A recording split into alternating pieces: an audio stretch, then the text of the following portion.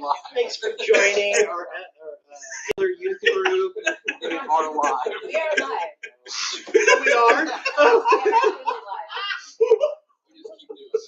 We're live with unbelievable. If you can say that in a different way ahead of I time. said we are live. So We you are need live. to look at us We and, are be, live. and do the, Yeah, like you're when you live. go on a plane, Do a Bill O'Reilly. Do a Bill O'Reilly so we're all. We're live. It's like on an exit row when they're like, I need verbal confirmation that you're okay. Yes, yes, yes. Yes, sir. We're gonna get our account black now. I mean, if you stream it's true, We are doing those. If you like, see that?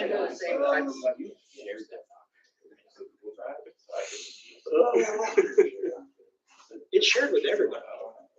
Anybody can be on it. The vote. Yes, yes. That's like the best part. That's what I've been using for There they are. front center. Was it right on us too? So like, there's no doubt that it was Steven that said that. There may have been a delay.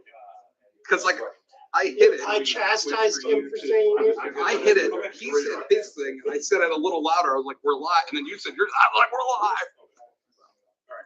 Yeah. All right, ladies and gentlemen, we are going to go ahead and be called back to order. It is Saturday, December 6th at 2:02 p.m. And we're going to go to the orders of the day. Mr. Ford's not here, so if there's no objection from the body, we're going to go ahead and move on to the committee reports, and we'll come back to convention once Pat joins us. Right now, I'm seeing Ballot Access Committee, Mr. Redpath, you're recognized. Thank you, Mr. Chair. I sent out the Ballot Access Committee report yesterday. I know some people have read it. And I just want to speak to that for a moment.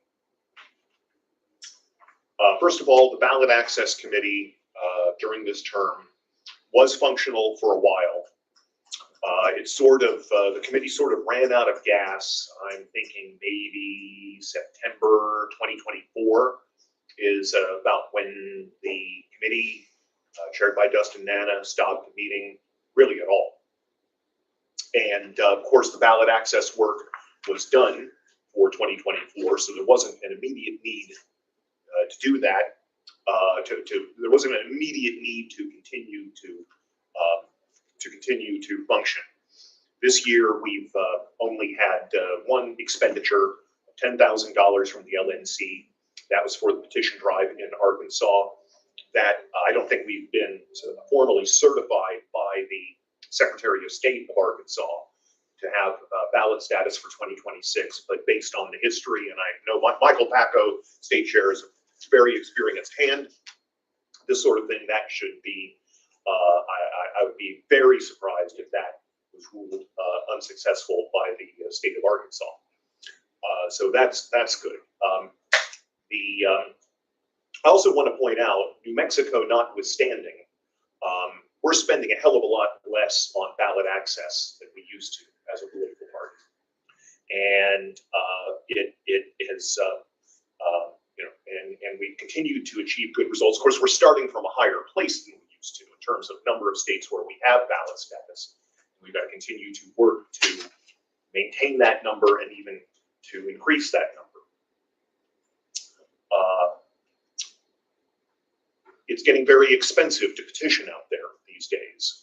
We've got a problem in Maryland right now where they've been paying, well, initially the Maryland party wanted to pay $2 a signature and see if anybody would bite on $2 a signature. Well, to petition, nobody did. And then they went to $3 per signature. We're going to give $3 a shot. No takers. Finally, there was some petitioning that started at $5 a signature, but I am getting feedback from the paid petitioners who are not from Maryland or not within driving distance of Maryland that $5 ain't going to cut it anymore. Hotels, and we're not reimbursing expenses. It's a flat $5 per signature. They say hotels expensive in Maryland. You know, we witness the inflation, higher price levels every day, and I've been asked nicely several, many times. Got to have more, Bill, got to have more, not really doing that well financially by doing this. I recently talked with, called Arenza Thigpen. I don't know if anybody knows Arenza Thigpen. If you know petitioning, you will know or should know Arenza Thigpen Jr., a hell of a petitioner, I got to tell you. I called Arenza, who always gives good counsel, and I asked him, I said, in Maryland right now, what do you think we should be paying per signature in Maryland? $10 was his response. $10 per signature is what we should be paying in Maryland right now. All right. I don't think that's feasible. We're going to have to increase it to $6 or $7 a sig. The Maryland party has spent, $20,000 so far in petitioning, unless we get, a volunteer effort, which of course I'd really like to see this cost $0 everywhere, but that's never really come to fruition, or very rarely. So anyway, a memo has been written up and circulated to the executive committee from the treasurer of the Libertarian Party of Maryland regarding the plan, where they stand, what it's going to take. We're going to have to boost it to $6 or $7 a sig. That's probably going to mean a cash infusion ultimately into this drive of $30,000 from the LNC, maybe more, or it's going to fail. It will fail. Sense. Already, the Libertarian Party of Maryland has put in 20 grand into this. So if we're going to continue to be have widespread ballot access for our candidates, and that's the most important thing right off the bat, is getting on the ballot. There's going to be, that's what it's going to take. And so there's a decision to be made by, the executive committee coming up as to, whether we're going to help Maryland out on this or not. And then the Maryland party just going to have to figure out what they're going to do if we say no. I also want to address the New Mexico situation. I know that there's been a response, there have been responses on the list regarding New Mexico. Yeah, I mean, it was a very difficult situation, but it was clear from, at the time, Karen Ann Harlos was on the ballot access committee. She made it clear, and I think there were other people.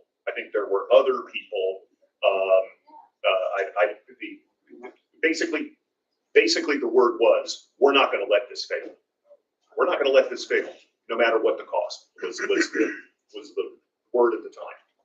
From Karen Ann Harlos, I think that was backed up by the executive committee at the time.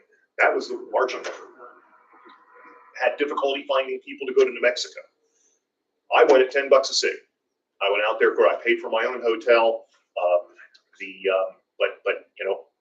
I walked the streets of Albuquerque, New Mexico for 8 days petitioning. It was hot, it was difficult, and it was just difficult situation. But we made it. Adrian Malagon went. God bless. We wouldn't have made it. Adrian Malagon wouldn't have gone. I know that. Maybe they would have made it without me. Not sure one way or the other. There were other petitioners. I named them in the report. I don't think I missed anyone. Yeah, unfortunately, I mean, if you're running petition drives, I'm just going to tell you, as Paul Jacob once said, one of the people I first met when I came into this party, really became an activist in the mid to late 80s. And things change. I mean, with petition drives, eggs get broken. I mean, if you can find somebody who can run a petition drive without eggs getting broken, replace me with that person, please. So it's just a tough situation right now, and but I hope this party will remain dedicated. We are the preeminent minor party in the United States right now due to our ballot access, which means most number of candidates, most number of votes, most people getting elected, and we need to, in my opinion, we need to continue to emphasize ballot access. Ultimately, it's up to the committee and the executive committee, but that's the situation, and I do apologize for the lateness of the report. But you have a ballot access report. This committee has a ballot access report now. Go ahead and form a new ballot access committee, and I probably have taken 5 minutes or more. So, I mean, if people want to discuss this or have questions, somebody better move to extend. I'd like to move to extend by 10 minutes. Second. Any objection? Hearing none, we are second. So I'm open if anybody has any questions or comments, wishes to discuss ballot access further. Mr. Ford. Hello, everyone. I want to be positive here. So we have some affiliates and some groups who were successful at petitioning. Others, not so much. Is there any trait or is there any of these folks and the people who are successful at petitioning that we can bring in-house this next year? Because there seems to be a wide divergence.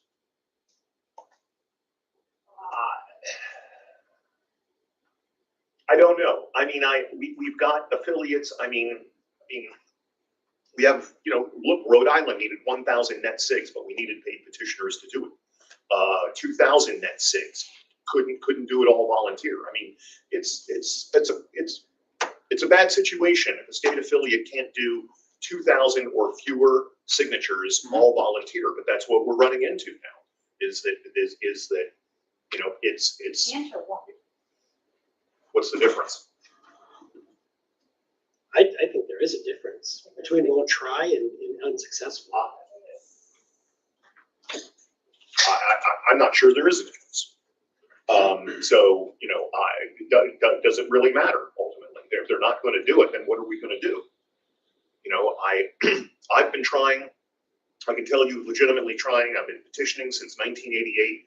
I've been doing this for 37 years. I don't know the magic formula to get the members of the Libertarian Party out to do this on a volunteer basis, or to enough to get the job done. I don't know. I don't know the answer. I've been looking for 37 years, so I don't know what to say. Mr. McMahon? I just comment on a question. To be fair, no one does. Republicans and Democrats, Greens, even the Young Americans for Liberty pay people to go petitioning. Nobody's been successful at doing that like that. That's true. I mean, it affects the Green Party. Now, there is an exception to this, and that is, as far as I know, all I know is what I hear, is Diane Sayre, who's been the LaRouche candidate for U.S. Senate in New York. 45,000 net SIGs in 6 weeks, and she finds people who go out and do it. Although there is a large expenditure for incidentals. I've talked with her about this. I mean, there is, it's not like it's total, the cost is zero here. There is cost for incidentals. But I'll give her and her people credit. From what I know, I haven't been in New York to observe this myself, but she actually activates people to go out and petition. I did signature events with, incredibly enough, MAHA on one hand and the Party for Social Liberation. And, I know a lot of politicians, so my rate was high, probably got about 400 signatures. They are, those organizations, both of them are bombarded with PSL in particular, 18 to 25-year-olds, MAHA, 20 to 70. They've got emotion into it. I don't have any answers either. You and I have been through this in the battles. Rhode Island's the last state in the nation for presidential petitioning. And there were years when Rhode Island was going to be the difference between whether he got it or not. Mr. Ryan? It's my understanding that petitioning is just as much, if not more, about the candidate as it is about the party. And you mentioned MAHA. MAHA had an incredibly successful time in Colorado at petitioning for ballot access. If we had a good candidate like Bobby Kennedy, for example, would that make the difference in petitioning for ballot access? In terms of response from the public, I'm very skeptical of that. Perhaps in terms of stimulation of volunteers, the candidate may make a difference. But in terms of the acceptance rate from the public, I'm skeptical about that. Mr. Ryan? Or, If I may, Mr. Ryan? well, no, go ahead. I'm sorry. No, you go ahead.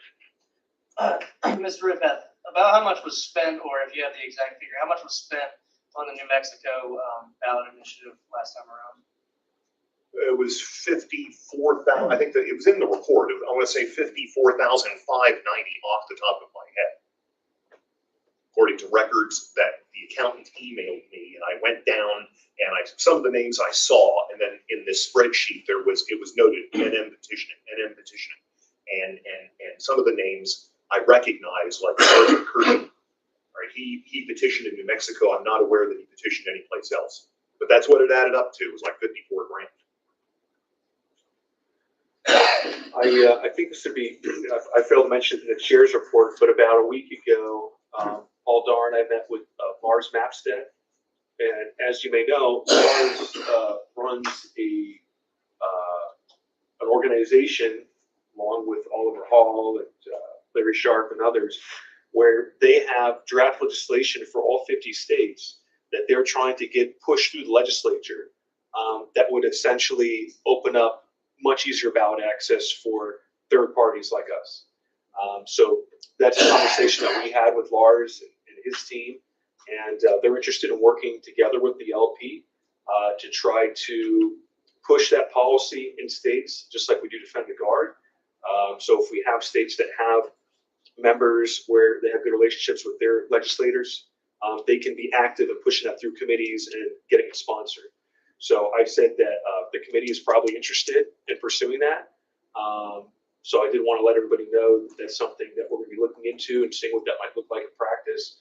But I think approaching ballot access from the legal perspective and going through the legislature rather than the courts or through petitioning is a long-term strategy that we need to adopt.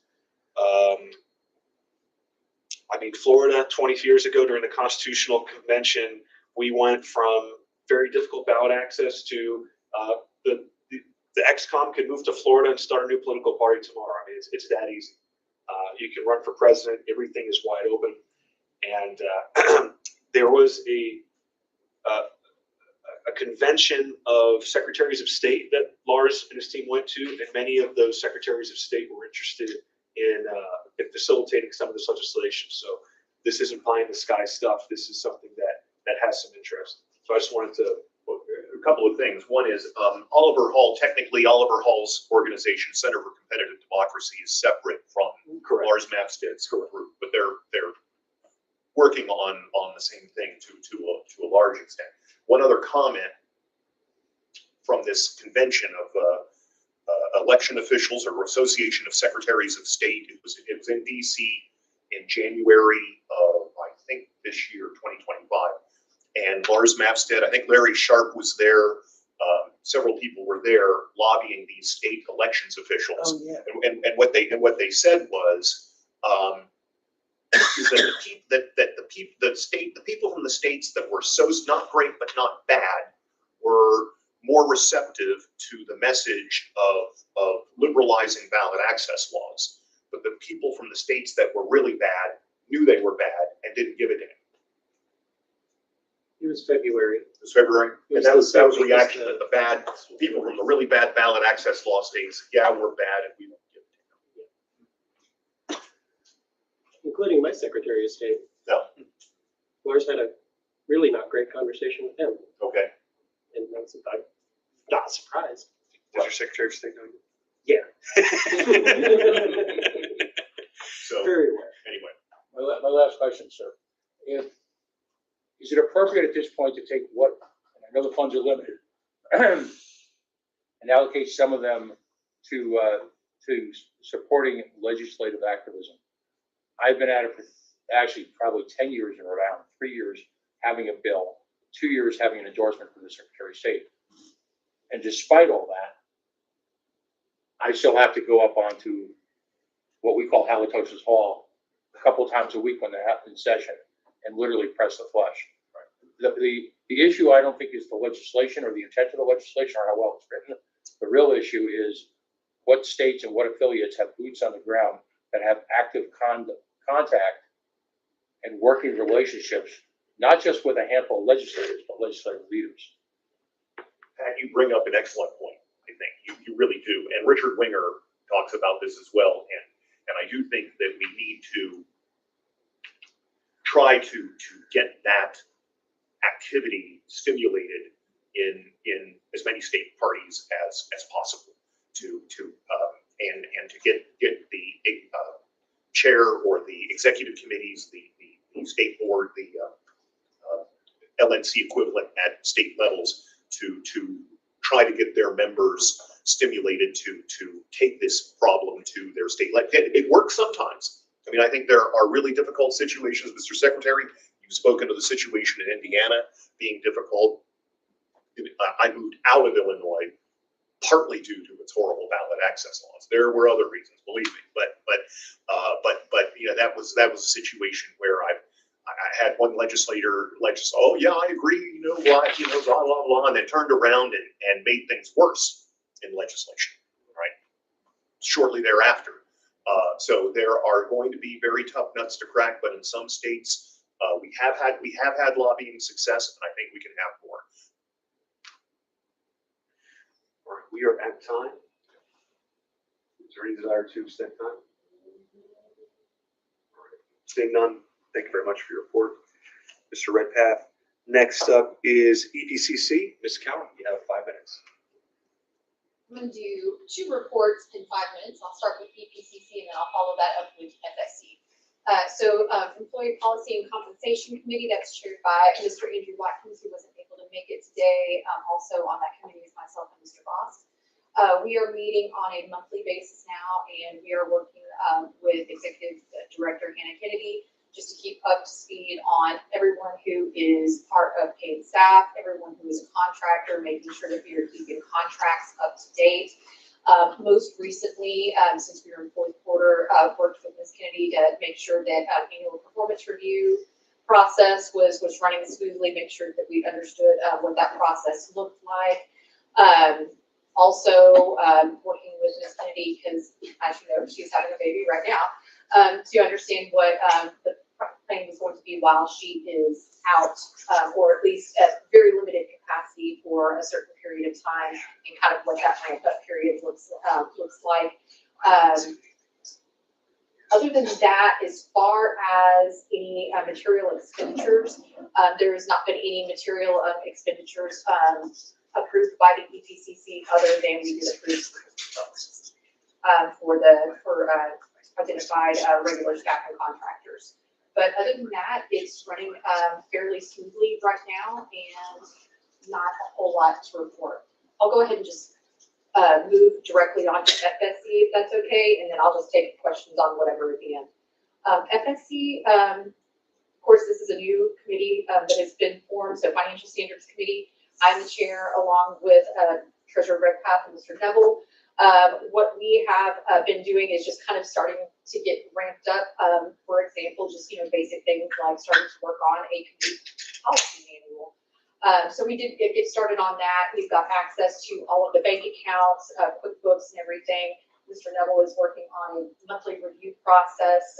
As you know, in the policy manual, we're obligated to do a review no less frequently than quarterly, but preferably on a monthly basis. So Doug has been working on getting that together. Those things we had to kind of pump the brakes because our focus turned on getting the 2026 budget ready. So we had a series of meetings over the past few weeks, inviting also our officer corps to that meeting to start working on the budget, which we will be talking about in depth this afternoon. But game plan is, once we are on the other side of budget, to return back to kind of getting our rhythm going with the financial service committee and kind of establishing those processes and getting the policy manual completed. We have been approving some expenditures. So as you know, policy manual says anything that's going to be more than $600 a year that's not under the purview of the EPCC or kind of falls under that legal bucket. Comes to the FSC for approval, and so we have made some approvals. So one of those was the Iron Light investment that Chair Nikayla mentioned earlier today, as far as the data cleanup, and then of course the Miles Press, so the mailers that you also mentioned. So kind of that 10x return on investment. That was something that we approved as well. Also needed to beef up. So hope that way, as we are doing our data cleanup, we are able to do more outreach based on that clean data. And we actually had our first declined expenditure request here this past week, and that was just because simply we do not have the funds to do it right now. It's not that it's not something that we want to do or that we should be doing. It's just not something that we are in a position to do right now. So all of that detail is in the report. But I'll just kind of stop there since I got about 5 minutes to open up any questions on EPCC or FSC. Sir? On FSC, can you tell us what the transaction was that was declined? Yes, that was the request for $5,000 for Libertarian Leadership Academy, see Michael Pickens for the videos and everything. So it's something that we absolutely want to do, but it's at this time, just with our financial situation, it's going to be something that we have to fundraise for. But the good news is that the person who brought that request is now fundraising to make that a project-based fund to get it paid for. I'm putting up the first 1,000, so I need 4,000 more. Otherwise, I'm not gonna take a motion to adjourn. We'll just sit here all day. I swear when I asked that question, I didn't know that that's what it was. I will donate to it too. It's something that I really would like to see us do. It was just not something that as a committee we felt comfortable approving that 5K split at this time. We are at time. Well, thank you so much, Ms. Coward. Is there, I hear no motion to extend. So we will move on to Information Services Committee. Mr. Dar. Yes, Sam Bowler and I on the committee are here today. Did not get as much as wanted for a written report. We were trying to work on some cybersecurity type recommendations is what I was going for there, and just an assessment of how many different accounts are out there to different systems so people have an idea of what's going on there. What I will say is an observation that was made is that many times we're working on the LNC in different committees with people that are not on the LNC, and sometimes data does get shared around and emailed around, and you need to be very careful how you share that data around and make sure the others on your committee, if it's NDA material, that the NDA has been complete. I made sure the secretary should have the link for me now if anyone needs it from him, or you can just ask me if you need to send it on to anyone. Make sure they complete the NDA. Make sure that anything, any data that is shared around is done securely. And staff is now thinking, Andy was thinking in his head about the best way to do that forward, because anytime you introduce some security, that decreases ease of access and usability there. So it's trying to find that right balance so we can be secure in data anytime we're sharing it between others on our committees and as the LNC to different states out there. And that's all I wanted to talk about at the moment there. Yes, sir. I have a very specific question. Did the person that I requested you send that to, have they filled it out yet? I don't know how to check this. Are you able to see the Zoho form of the NDAs on the other hand? I can check. Okay. I had the link to it. I don't get. Somebody in the room should be able to do that. Okay. Not it. I can't. I just had the link since I requested it before to make sure people had NDAs. And if you have not completed it, make sure you have. I'll give Drew the chair's directive on that one. That is all I have. And that link, where did you put that? If you, I can send it to you. All right. Any questions for Mr. Dar? Hearing none, then we will circle back to the. No. Oh, I'm sorry. Okay, you want to finish it, then we'll go back. Yeah. You got to finish up the item. Right. Okay, we're going to go beyond to item B, or B, reports on special committees and projects. Litigation committee, Mr. McMahon. The litigation committee has not yet met. We have gone back and forth. Basically, each of us has asked when the others are available. And that has, up until today, been primarily all that had happened. But as of today, we now have a meeting scheduled for 9 p.m. tonight. We'll have Oliver Hall on as well. And we'll be having our first meeting where we'll going to be taking on joining the New Mexico litigation, talking to Oliver about that, also the ballot access case, and then hopefully from that meeting be making a recommendation via email to the XCOM. Which will be meeting tomorrow. Right, which is meeting tomorrow. Mr. Ford. Mr. Ford. I'm sorry. XCOM's meeting tomorrow. I can't hear you. XCOM is meeting tomorrow What time? when we're done. Immediately after. Immediately the after. adjournment of the meeting. Absolutely. And that's it. Any questions? All right. Hearing none, I will go to Mr. Ford. We have 60 minutes on the discussion of the convention committee. So I'd like to see some guidance from the chair and the body at large There's conversations I want to have about keynote speakers. There's conversations, excuse me, I'd like to have about rooms and money. In the past, that has typically been held. I'm sorry, question. Do you think any of this will need to be an executive session? I think that's what he's about to get to. I'm about to say, sir, Okay. you are, as a more words, you are correct, sir. So in the past, former board members have objected to executive session. I would like to remind people that we have NDAs with certain organizations, and I'll just give a quick overview, and then maybe we'll go to executive session. So first of all, in terms of, there's 2 or 3 metrics that we're actually following, obviously very closely. 4 really, rooms, income from booths, and can everyone hear me back there? Yes. Okay, I'm sorry. Rooms, booth income, suite upgrades, and of course, breakout packages, which are part of packages in general. The website, the packages just went live. The verbiage is going to be upgraded significantly this weekend. I'm actually working now directly with Mr. Hudson on the website. So we've kind of, particularly with our fearless executive director in having baby right now. More pressing matters than being here. Yes, exactly. And I know, and I agree that the convention is the most important thing in the party. So, yeah. But let's just say this. I'll give it just a general overview. Right now, we've got a room commitment of about 700 rooms. 70% of that actually has to be sold with the board. We run into quote unquote penalty phase. We've got now about 140 rooms sold out of that 520. The major bogey there. I'm sorry, is that room, that's not room nights. That's not room nights. That's not room nights. That's actually, the way I'm trying to look at that, great question. The way I'm trying to look at that is when you get into the weeds about how many room nights, it gets pretty chaotic, particularly since we're in 4 hotel locations. I look at it this way. We've got 700 seats, all right? Assuming that those 700 seats, he represents each one person who's staying 5 nights, 4 nights to 5 nights. That's how I look at it. So we've got 700 seats. Of those, Sorry. Yeah. I put it on the screen. okay, like I said, there's some verbiage below that's going to be, and you and I have worked on this extensively. I wanted to get the damn packages up.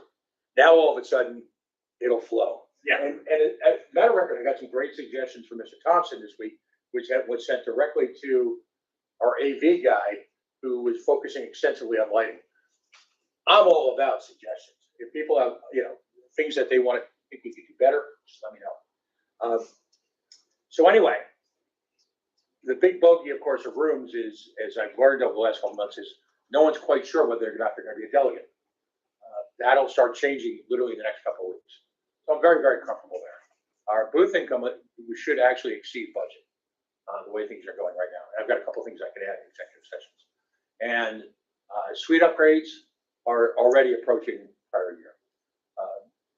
So I want to give that overview to people who are listening or our guests who are here in person so that they have an understanding. And again, I'll be here, now that I'm here, I had the trifecta, by the way. Delayed flight, lost luggage, lost lift driver. All right. I'll be here to answer questions. I would also put out to the board, I've already done this a few times, where I've gone on executive committee meetings of multiple state affiliates to have conversations with people and answer their questions about the convention. And that's proven to be very successful. I also have on the website a text number that folks can text. And I probably had about 30 people actually text me with questions. Some of them legitimate, some of them just to tease me. Some of them asked me about questions from 5 years ago. But it's up there and it works. Give me a day to get back to you, but we've answered a lot of really interesting little questions that I never would have thought of. So at that moment, I'd like to move that we go into executive session. Do I have a second? Second. Any What was the objection? question? Executive session. Move to executive session. Yes, by the way, that number 401-601-8533. Right here. The fact that no one's called that yet disappoints me. Okay, Mr. McGee. I can call right now. So I move that we go into executive session. We have a second. Do we need a vote, sir? It can be without objection. Is there any objection to entering into executive session this time? Does that mean I? No, So, okay. we figured it out, but are we gonna move into executive session? Is there any objection? Looks like there's no objection. Can you Okay. state the specific reason? Yeah. For the purposes Purposes of of the discussing convention matters. There It are doesn't have to speakers, be. there are, yes, I heard NDA in there. I'd have to look over the policy also manual. staff. Yeah, include staff. Staff time and discuss that as well. Okay, well, with that motion, any objection, any discussion? Going once, going twice, going three times Yeah, sold, Steve- so, I'm sorry. We have people in the room that. So what we're actually Don't worry gonna about do is we're gonna get up, we're gonna leave the live stream alone, and we're gonna get up and the LNC's gonna go to a different room. So we can just keep all our stuff here, and then we're just gonna move That way over. we don't have to recreate streaming links and everything. Okay. But I was gonna say, I mean, they drove a long way here, but unless it's legally pertinent under executive session, I don't see why we'd have to go. I don't know. So I think it is. However, while we're in executive session, could we set up a little podium there for people who wish to do announcements about their? convention? Yeah. Oh, Yeah, that's a good idea. Okay. Drew, you can moderate. Nice.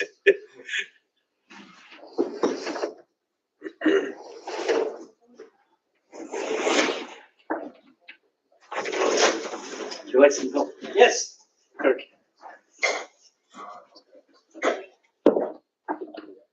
Where we go? All the way. Across the hall? No, it's all the way towards the front where the dinner's gonna be. Yeah. Yeah, it's the first room. To the left? The one that's set up already. On our right. Yeah. Oh. The first one off the Yeah, elevator. no, not here. It's down the hall. It's towards the beginning. Yeah, I It's saw where it. our dinner's gonna be tonight. Oh, got it. Yeah, but the live stream is still running, so. Okay. Convention should have the entire live stream.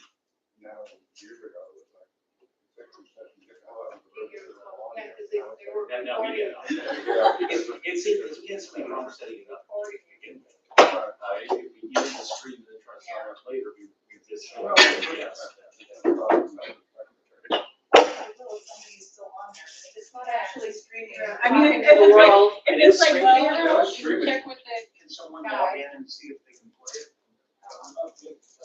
See if it is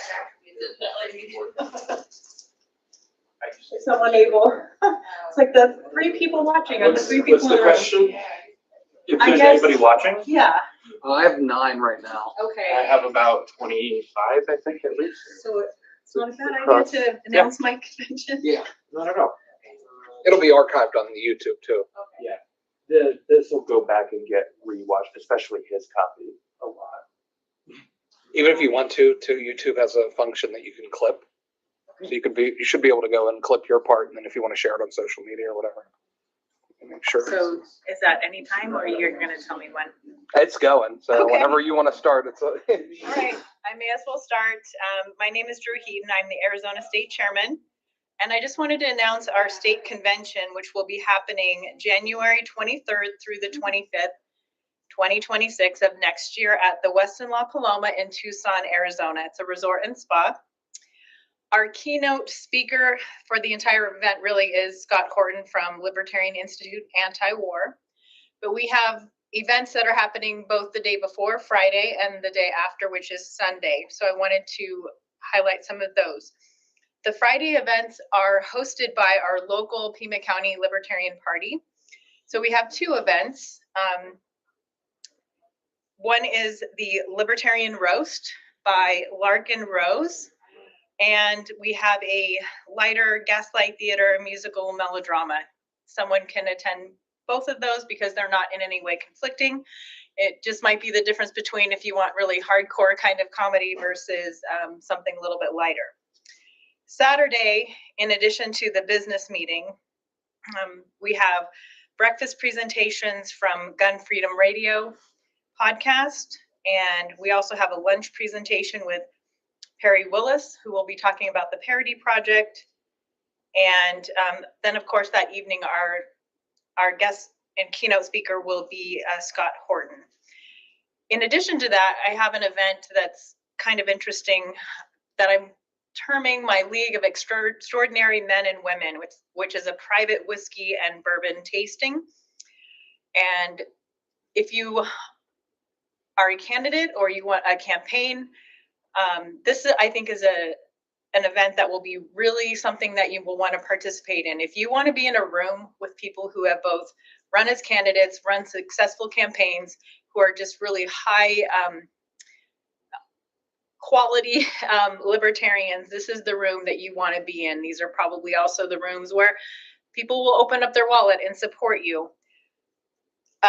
This is a private event. Only 20 people are able to attend, but it's a $5 donation to get into that private whiskey and bourbon tasting. But the people who will be involved in that are Ruth Bennett. She's one of the founding members of the LP. She was successful candidates in multi-states. In fact, as a governor, she took over 7% of the vote in her state when she ran. Judge Buttrick, who as a libertarian was a judge in the state of Arizona. Jim Cantrell, who has Phantom Space. And David Hardy, who is an attorney who has written many books, one of which was on Waco, but he also served the U.S. In the Department of Interior. Scott Horton, of course, will be in that room. Kristen Overn, who works in Hollywood. She has an awards program, and also she worked on the Henry Brown campaign. Also, Perry Willis will be in that room. So this will just be a really private event for people who want to rub shoulders with those people. It's going to be a great opportunity. And then on Sunday, while we libertarians don't want to, we like to differentiate between a voluntarist and volunteerism. Of course, volunteerism is something that we libertarians support. And so there's going to be some volunteer opportunities. We have an organization in Tucson that doesn't take any government money. And so that's, I think, something that's of interest. And then also we have a border presentation and tour down on the southern border in the county of Santa Cruz. So that's what's going on our convention. That is January 23rd through the 25th of 2026. You can find the information for this on our website, which is azlp.org. And if you have specific questions, you're welcome to reach out to me specifically, chair@azlp.org. Thank you very much.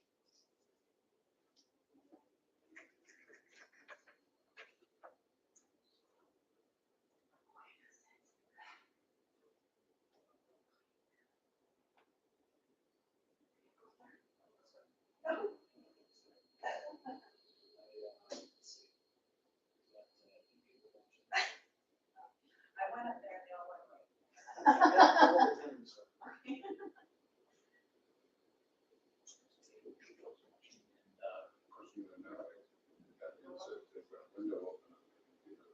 That's right.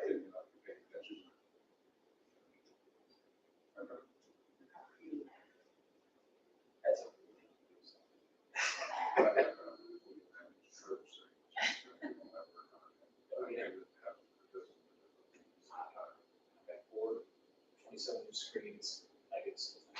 So I get it. I use spreadsheets to cover. Yep. That's what we mentioned. I totally understand. So I'm glad you got my email because I figured it out. I was like, I don't want to make sure that you got that. So you did. Because these copies. And now I And can follow. I do. I'm like, I'm glad that way. Yeah.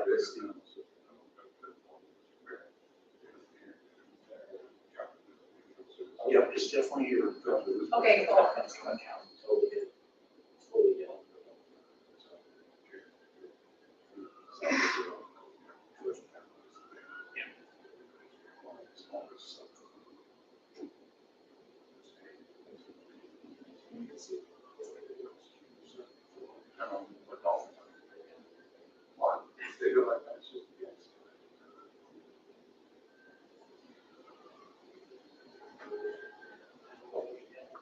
Say something.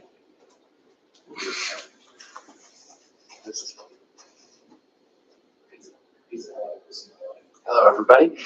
I just want to give a quick shout out to the quickest approaching Libertarian candidate that's going to be having their election in just 12 days, or 10 days, actually. It's Saturday now. Wendy Higdon is running for state senate in the state of Kentucky, and she's running in a three-way race against Republican and Democrat for the 37th district. She is a great candidate. She's run for office before as both a Libertarian and a Democrat, and she was the founder of the Louisville Tea Party and has a fairly well-established reputation in the area with the political climate. So she is running in a race against a Republican who's already crashed and burned his campaign, and a Democrat who is currently the favorite to win. But the other factor here is that we have a much higher than average Libertarian voter registration in that district. And with it being a special election, the projected voter turnout is extremely low. So we're looking at probably about 1,200 people coming out and voting. And we have about 400 registered Libertarians in the district, which is already a third in a three-way race, right? What we're really trying to do right now is get yard signs and mailers and social media ads out to target those other voters who are likely to actually show up and vote, but might have been considering voting for the extremely misogynistic Republican candidate or the Democratic candidate who has also had a few scandals and things. And we are just trying to push at those attainable votes to eke out that win by just those couple more percents. So if you guys want to learn more, you can go to wendy4ky.com. If you'd like to help out with the financial aspect of it, again, what we really need is to send out those mailers, which means raising about another $1,500 in the next week. Go to wendy4ky.com/donate. Help us out there. We'd really appreciate it. Thank you so much. Have a good day.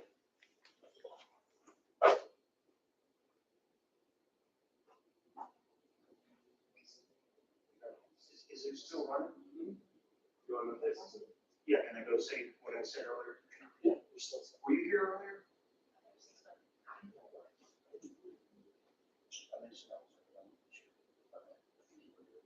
Yeah, I might have, you were here and not listening, probably. That's okay though. Yeah, floor is yours, good sir. I'll be up in just a minute.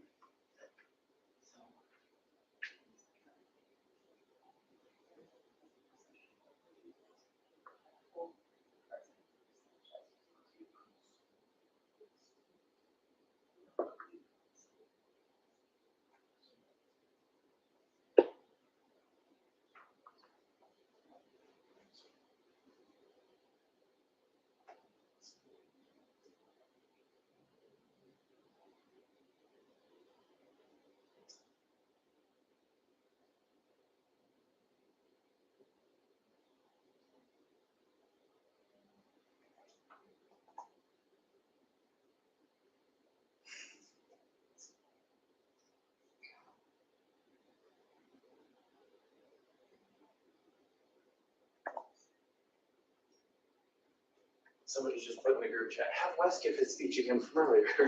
Okay, I'm gonna do it then. Someone said that? Yeah, Joe Hanush. Am I on the screen?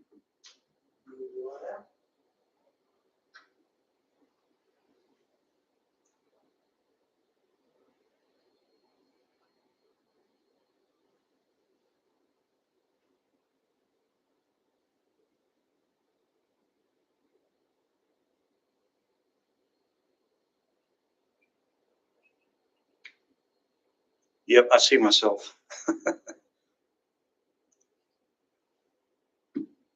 Okay, the sound's working. Okay, hi, my name's Wes Benedict. I'm from Austin, Texas, and I want to welcome everyone who came to Texas to watch this LNC meeting, or those of you watching it on YouTube. Here in Texas, it's really nice. Our governor, when COVID was a big scare, our governor only shut down our churches and schools and took away our constitutional rights for like a medium small amount of time instead of a real long time like California. So a lot of states had shutdowns worse than Texas, but still, Texas, the governor should not have the right to just say, hey, there's a pandemic happening. You no longer have the right to travel or do whatever you want. The Cato Institute ranked Texas, the state of Texas, 50th out of 50 states on personal freedoms. So I always remind people that are visiting here, if you feel like you need some more freedoms and you need to go gamble, you can go east to Louisiana. Or if you need some medical marijuana, you can go up to Oklahoma. Or if you want to have a really good time, you can head south down to Mexico. For those of you that haven't met me before, I served as the executive director for the National Libertarian Party for 8 years. It's a lot of work working for the party and serving on the Libertarian National Committee. It's expensive to come to these meetings. Most of all of us are volunteers working for the party. Most of you are volunteers working in your states. I know the party's been through some very rough times for the past several years, and after having worked for 8 years as executive director, and that's longer than anyone else served, and being a volunteer and asking many people throughout the nation to give their time and give their money and to run for office and all that that entails, I'm disappointed to see the party sliding backwards and downwards. And for that reason, I'm announcing that I'm going to run for Libertarian National Committee Chair at the upcoming convention in Grand Rapids. I served as executive director from 2009 to 2018. And then after leaving, I continued to be an activist for the Libertarian Party. I recruited a whole lot of candidates. I've got a booklet here that lists the number and how many we recruited, but I worked with the Libertarian Party of Mississippi to recruit a record number of Libertarian candidates in Mississippi. I worked with the Libertarian Party of Alabama to get a record number of candidates running for office there. Same thing in Arkansas, a record number of candidates we recruited and got to run for office in Arkansas. And I also helped recruit some candidates in Virginia. Probably one of the most significant things I've done for candidate recruitment is in 2021, we recruited a whole lot of candidates to run for local offices. These are partisan offices in Pennsylvania, and we had a record 174 Libertarian candidates won their elections in 2021. It was a whole lot of work. The way you get people to run for office is first, you got to let them know that you want them to run for office. And you do that with the email newsletters. We send out a whole lot of snail mail. You always want to mention it at your county meetings or your state conventions. And then when you start having people stand up and file for office, you start making a list of those people. Publish it in your email and newsletters and say, hey, we've got these 5 people running. We need 95 more to fill up all the slots. Running for office is the biggest thing that you can do to help promote the Libertarian Party and our principles. And that's whether you're running for something where you might win the election, or whether even if you're running for an office where it's probably a very slim to no chance that you'll win, still, if you go out there and get 1, 2, 3, 4, or 5% on your election, that helps to publicize and promote the Libertarian Party and its principles. And sure, the 174 that got elected in Pennsylvania, many of those were able to serve in office, and hopefully they implemented some libertarian policies. But the hundreds of candidates that we have run for office every election cycle that don't win, they publicize our issues, but they also put pressure on the incumbents. So there are many examples throughout the nation where candidates have run, pushed a particular issue, and later on down the line, Republicans and Democrats adopted those issues. And they probably wouldn't have even been talking about them if there hadn't been a Libertarian for governor or U.S. Senate up there pushing these issues. I know we had some candidates in Alabama run who, and it's very hard to get on the ballot in Alabama. But one year, a few years ago, we got the ballot access. We paid all the money, got all the petition signatures, and we encouraged the candidates to push for repeal of the grocery tax. And we didn't get elected. We didn't win those elections, but we publicized that idea. And later on, the Alabama legislature, I don't think they totally repealed the sales tax on groceries, but I think they lowered it. And I don't think they would have even been talking about it if we didn't have libertarians running in all those positions. Of course, we've always been known for trying to end the war on drugs and legalize marijuana. And when I first joined the party in the late 90s, and then was an activist in the early 2000s, every time I would say we are for legalizing marijuana, everybody in the audience would kind of giggle and laugh. That was like an absurd thing that was never going to happen. It was funny. I think it conjured up images of Cheech and Chong movies that we all remember that were very funny indeed. But the people said libertarians were not a realistic, a serious political party because we pushed that issue. And then sure enough, these days, I forget the number of states where marijuana is actually legal, but it's actually legal for recreational use in many states, for medical use and in many additional ones. And more states are changing every year or two to be at least softer on the penalties on marijuana use. And again, I think that's, Democrats, their platforms now endorse legalized marijuana. Some state Republican parties do that. Even the Republican Party of Texas briefly said that they wanted to legalize marijuana in Texas. The legislature, the Republican-dominated legislature here in Texas actually went so far as to pass a law that was going to legalize marijuana, or at least significantly reduce the penalties. And I think the Senate killed it, but it's very remarkable that a Republican-dominated House of Representatives in a conservative state like Texas is willing to do that. And that's because so many libertarians have spent year after year after year talking about that issue. A lot of Republicans and Democrats hate each other. They won't listen to each other when it comes to serious issues. But a libertarian can come out there and say, hey, libertarians, we're for smaller government, lower taxes and freedom. And if you're a Republican and you say you're for lower taxes and for freedom, then you should support legalizing marijuana, because that lowers taxes. It means less people in jail, less money for jail, less money to pay for public defenders, to pay for the poor people who are the ones who are most likely to get arrested with possession of marijuana. So libertarians we've been making a big difference in public policy, in the debate out there. I think libertarians are the ones that convince Republicans to become more anti-war. Used to be Republicans were always for whatever war was out there. They were ready to, send the troops and cheer. And sometimes Democrats were the only ones that would be a little bit anti-war. But it's another issue where libertarians have explained the anti-war position. It's a waste of tax money. It ends up taking away our civil liberties.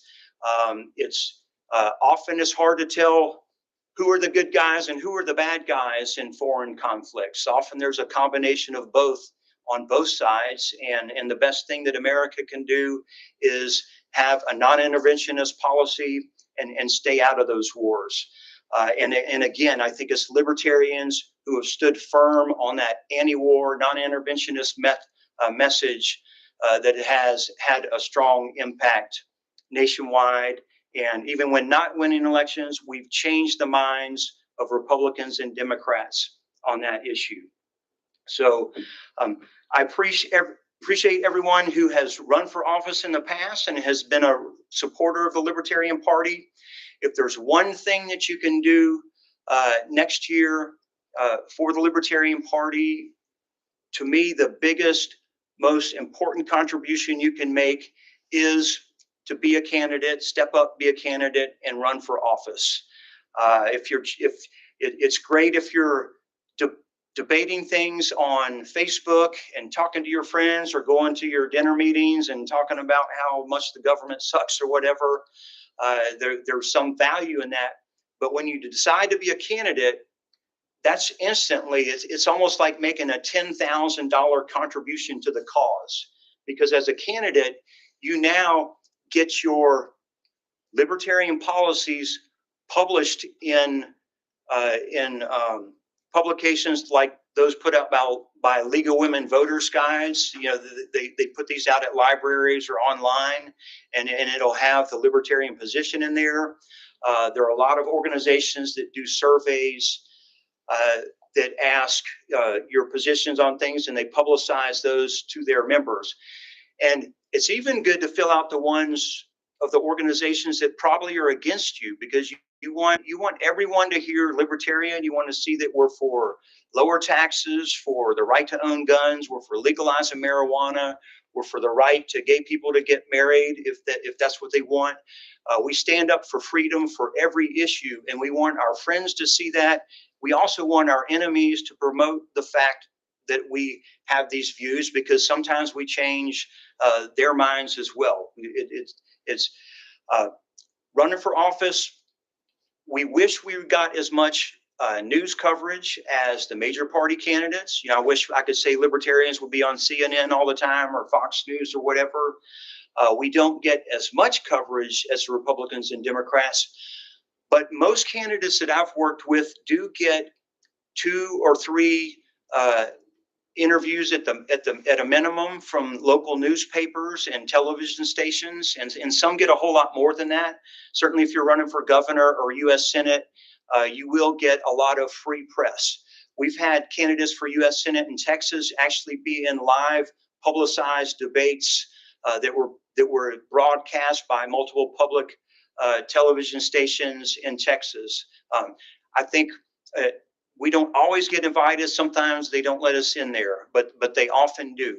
And if you were to try and pay for an infomercial on live television, for a 30-minute infomercial or a 5-minute infomercial or whatever, that would cost thousands of dollars. And that's why I say that running for office, you get all of that free press, free coverage, and it's super valuable just being a candidate to run for office.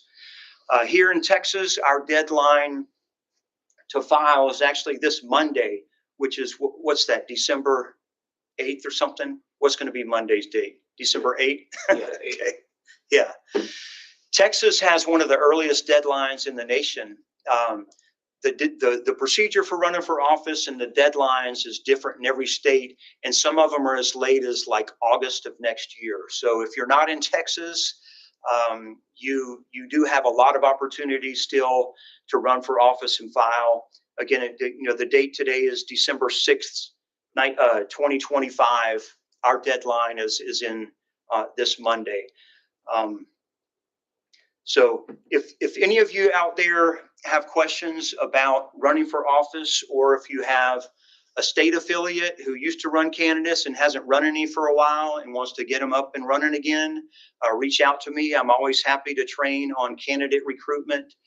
There have been times when I've helped states do the actual candidate recruitment, which is a whole lot of work, but I probably can't help your state do a bunch of recruitment, but I probably could help train some of you on how to do a bunch of candidate training.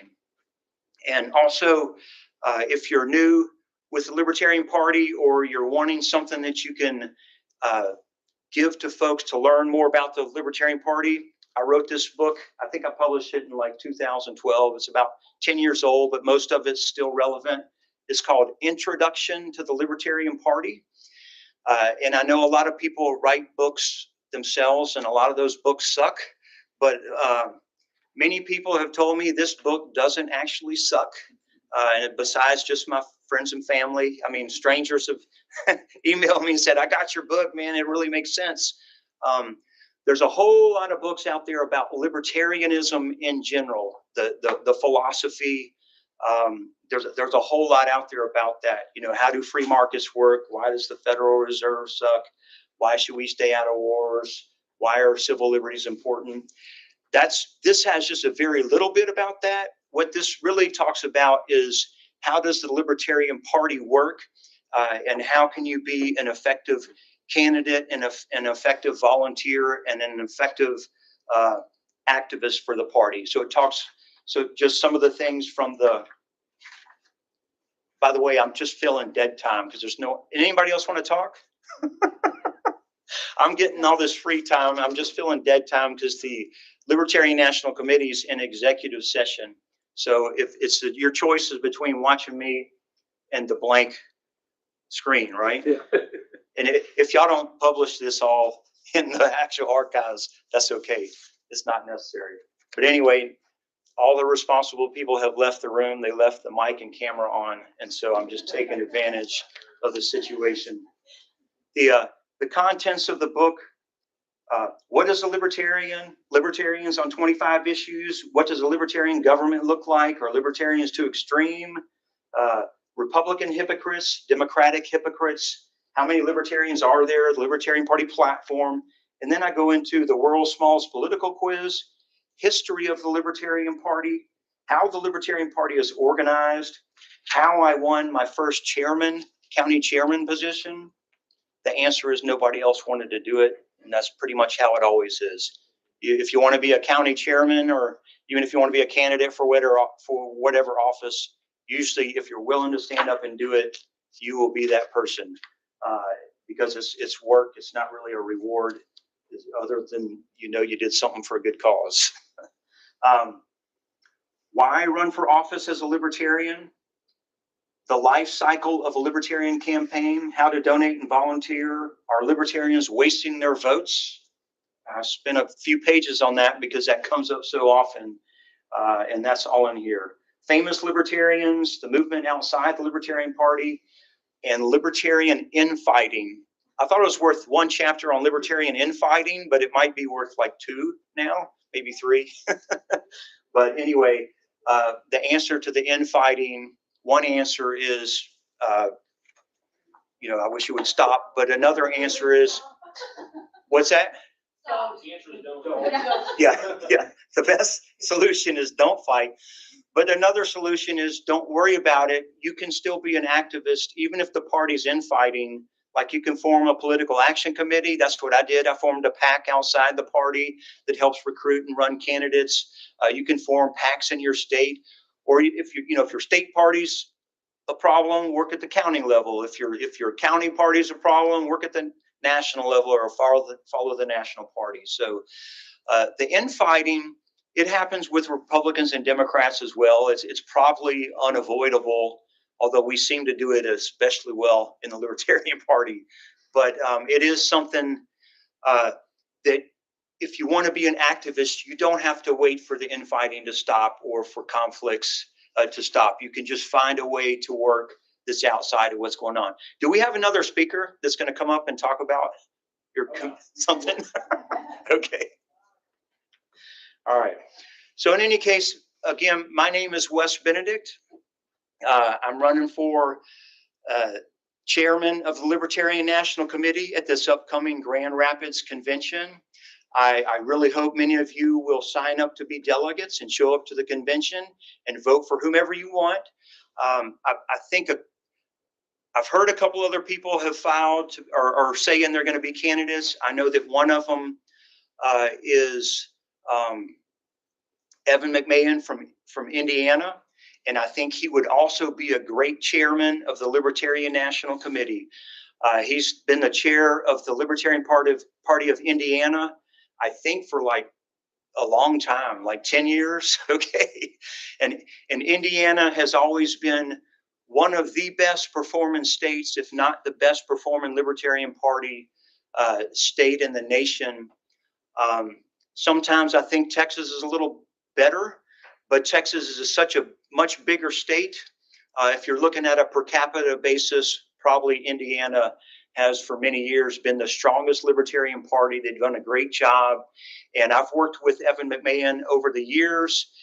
He's been a great chair in Indiana, he's done great service to the National Libertarian Party. And if I can convince all of you to vote for him instead of me, then I won't have to do the job, and Evan can do the job. And that would be totally fine with me. The Libertarian Party, it's had its ups and downs. I'd say the last few years has kind of been on a downward swing. If you look at the number of candidates and the amount of money raised, I think we can turn that around. I'm very grateful that Stephen Nikala of Florida stepped in to serve as chair for a while here. I think he's doing a great job in a very tough situation. And he is one of those really, really good state chairs. He was a state chair of Florida for a while, and I know he had a lot of respect there and did a great job. And really the way the party is going to grow and be most impactful is to have a lot of strong affiliates all around the country with good county organizations and a lot of candidates running. And so I feel like I've been a part of the party in the past when that was the case.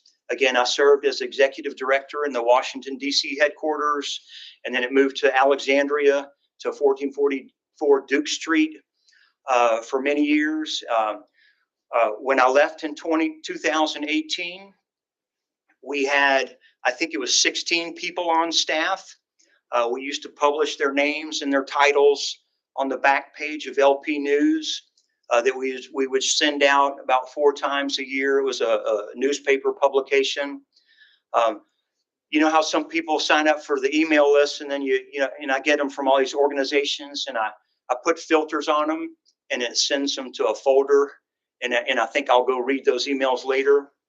I would guess that probably some people do that with the Libertarian Party as well.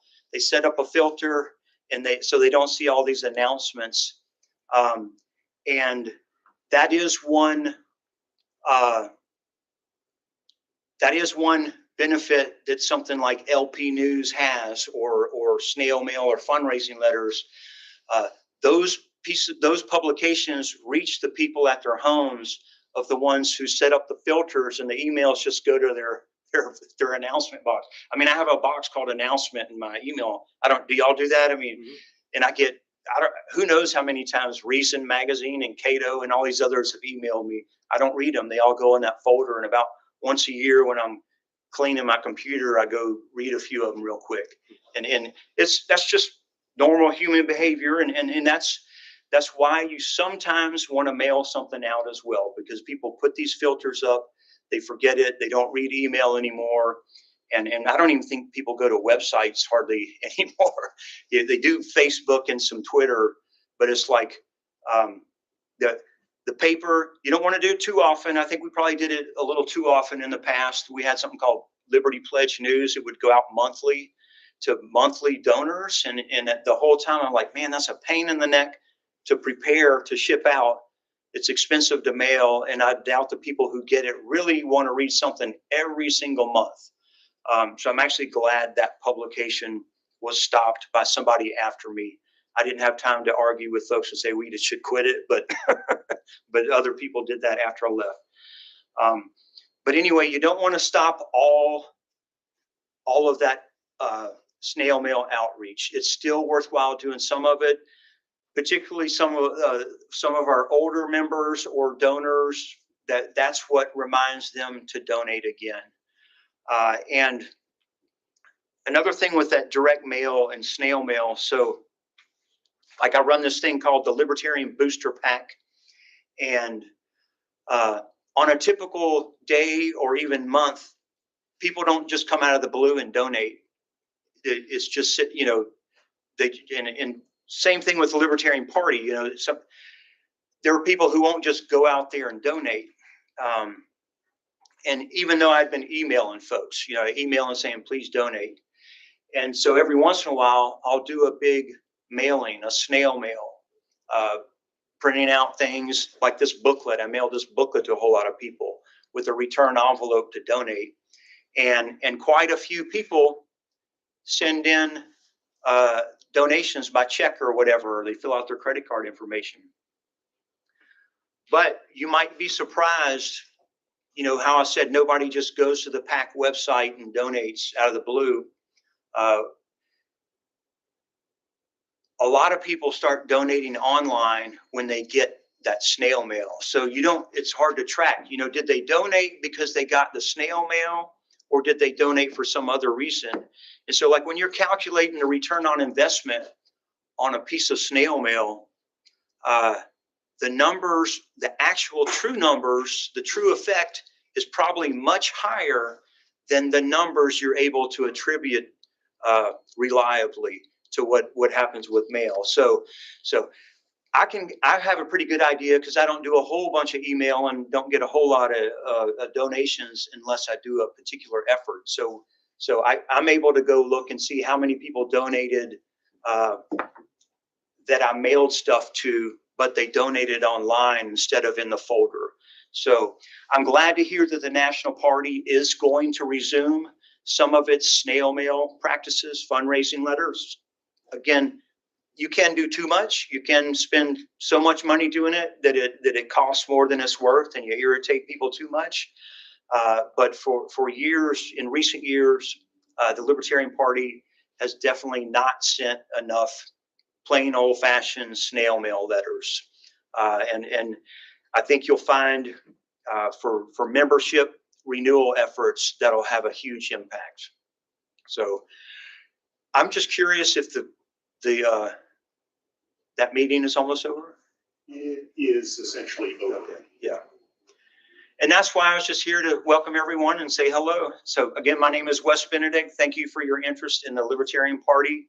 And we hope to see you in Grand Rapids in, what is it, Memorial Weekend? Memorial Day weekend. Memorial Day weekend. The National Convention will be in Grand Rapids, Michigan. Thank you. And that's it. Did you already sell all the convention Yeah, really. seats now? What's that? You already sold out the convention for us? Did. Yeah, all right. Way to go, Wes. Check through balances.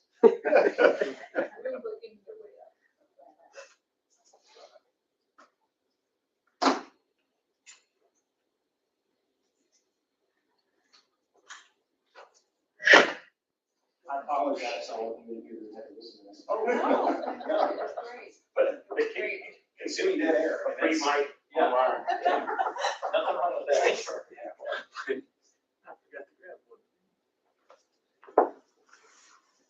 So 7 folks watching, I can barely get my own people to show up in the convention, so. Maybe that's, you know who's watching, maybe it's the LNC members who aren't here. Right? Right? Did you have to do your own credit card to reserve your room? Can you tell us? That was supposed to be the same for David, and then I ended up having to pay for his room. Oh, really? Yeah. Do you have the credit card? I do not have the credit. Well, I mean, if you already did it, then it will be a reimbursement anyway. I guess if you have the card now. Well, they can switch it out before he leaves tomorrow, but, Oh, okay. but it would be a matter of actually getting it. If you don't have it, then. Steven should have that, right? I mean, I'll check with Steve. Yeah, he should have it. I think at the very least it would be him and him. Okay. Those kids, all of them saw it as an opportunity. So whereas the veteran wildlife here, Saturday, I was going to survive every day. But kids who might not be very proud of here, but they're older, they're into it, and they're proud of making a place. And you know what, here's the thing, I was just saying, percent of them, everything's working. Stop your phone, I'm sorry. For the party. Or do you have a card? Yeah, but it's, I actually, I'm gonna, and I know it's really good. I actually teach a 1 hour therapy, I teach a 1 hour. Yes, I know. Donate for affiliates in Northeast. And it's my practical experience, now find out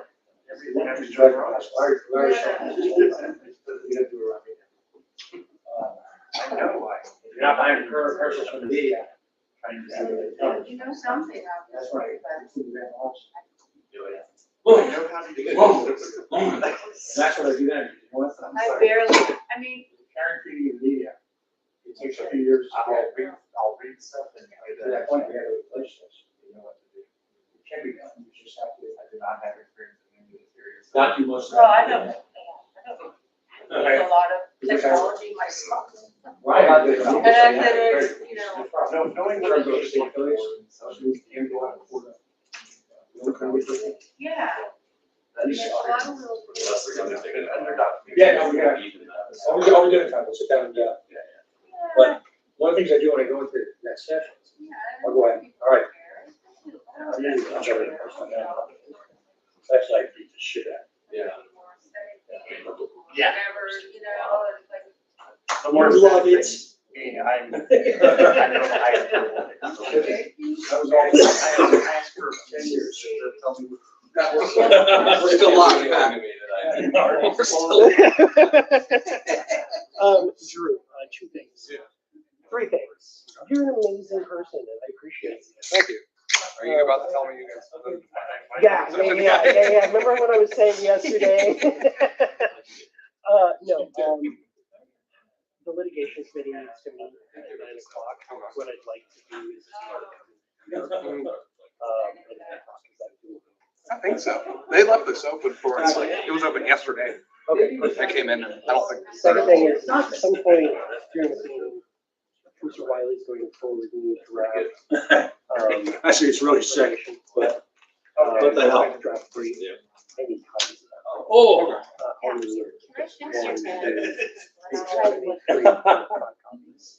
There. we just fix the rest of it. Well, it's been driving me crazy that your tab is out. While you were talking, no one's gonna ask if I could fix it. That's it. I'm glad you guys just reached out.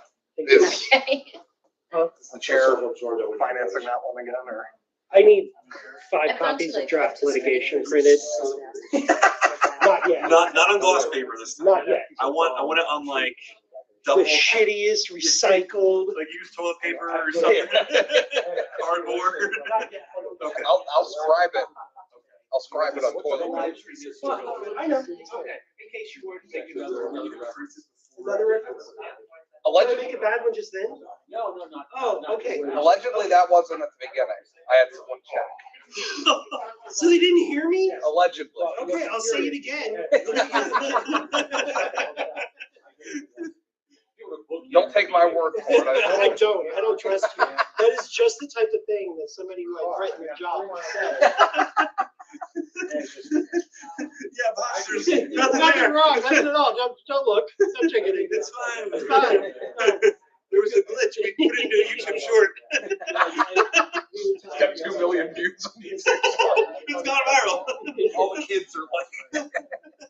So we were talking yesterday, I was like, yeah, budget's really good. The bank just decided arbitrarily that. What was Drew's face as you were talking? There was a moment there where I think he thought I was like serious, and then it was like, shit, I'm gonna be real, like, sad and kind of like feel bad if you do it. I told him someone had to do it because Adrian's not here to do it. Stop. That's a good point. That was like every time I'd come to a meeting, I'd see Adrian. He'd be like, he'd shake my hand. He'd be like, "How's it going?" I'd be like, "Good." He's like, "Good, you're getting fired." I'm making the motion today, so someone had to step into that role. You know? There was a void there in Abyss that just, it was like the vacuum. Yeah. Absolutely. Is there a time that FedEx shuts down that he can't get what he needs? I'm not. They didn't tell me. I mean, what's your time estimate on that? As soon as he sends it to me. Right, but, I will send it to but you. it was the same thing, so finally they kept saying that they were doing, you know, these meetings in the ring. And I would have already emailed Finally, it I to you just and wrote everything. them up in the airport and we got them, Donation towards the. because they probably would have never ended up showing up. I'll take that out of my 1,000. They would have, I mean, they'd already Tell them gone to give me a day without. Are we doing it? I feel like you can get over that. Everyone. How many Do you need a people pen? were- Pin. Pin. Oh, I thought you said pen. I thought you said pen too. Oh, do you have one of those anti-war pens? Oh, is this a good time? Everyone's $100. Yeah. I would actually, Would say those most. I'm gonna, but you know, it's funny, it's not. yeah, do it at the, we're gonna be doing it tonight, so buying it there. I already bought mine. Oh, you're gonna buy yours? Yeah. $400. 10 grand. Charge. Give me my pen. Rebuy it Is that, tonight. are we, What? are we, can we do that? They didn't give me Okay. that. Yeah, that's fine. Yeah. But it's like, the other thing was like, this is above your head, you know. It's so, What line item is it? it's so aerodynamic. What is the line item? It's like when you build a really good paper airplane and it just dies. Just because you don't cancel a line item doesn't mean it has to be hit. This is. Scorched earth. I'm getting rid of all of them now. Andy calls me later. Hey, how's it going? I got us all. What'd you do? I threw a pen at Evan. So we have a great fundraising idea that came up regarding. Hot mic? No, let's say Hannah's baby. Oh, yeah. We're gonna crowdsource fundraise Hannah's baby's name. Oh, that's a good idea. Like a convention naming, yeah. Yeah. But with your dollars, Go with your dollars. baby, Executive yeah. director. We have great news. Poor baby We McBaby fired face. everyone and we crowdfunded a baby's name. We made so much money this weekend. You'd be so proud if you worked here. Congratulations, you're promoted to member.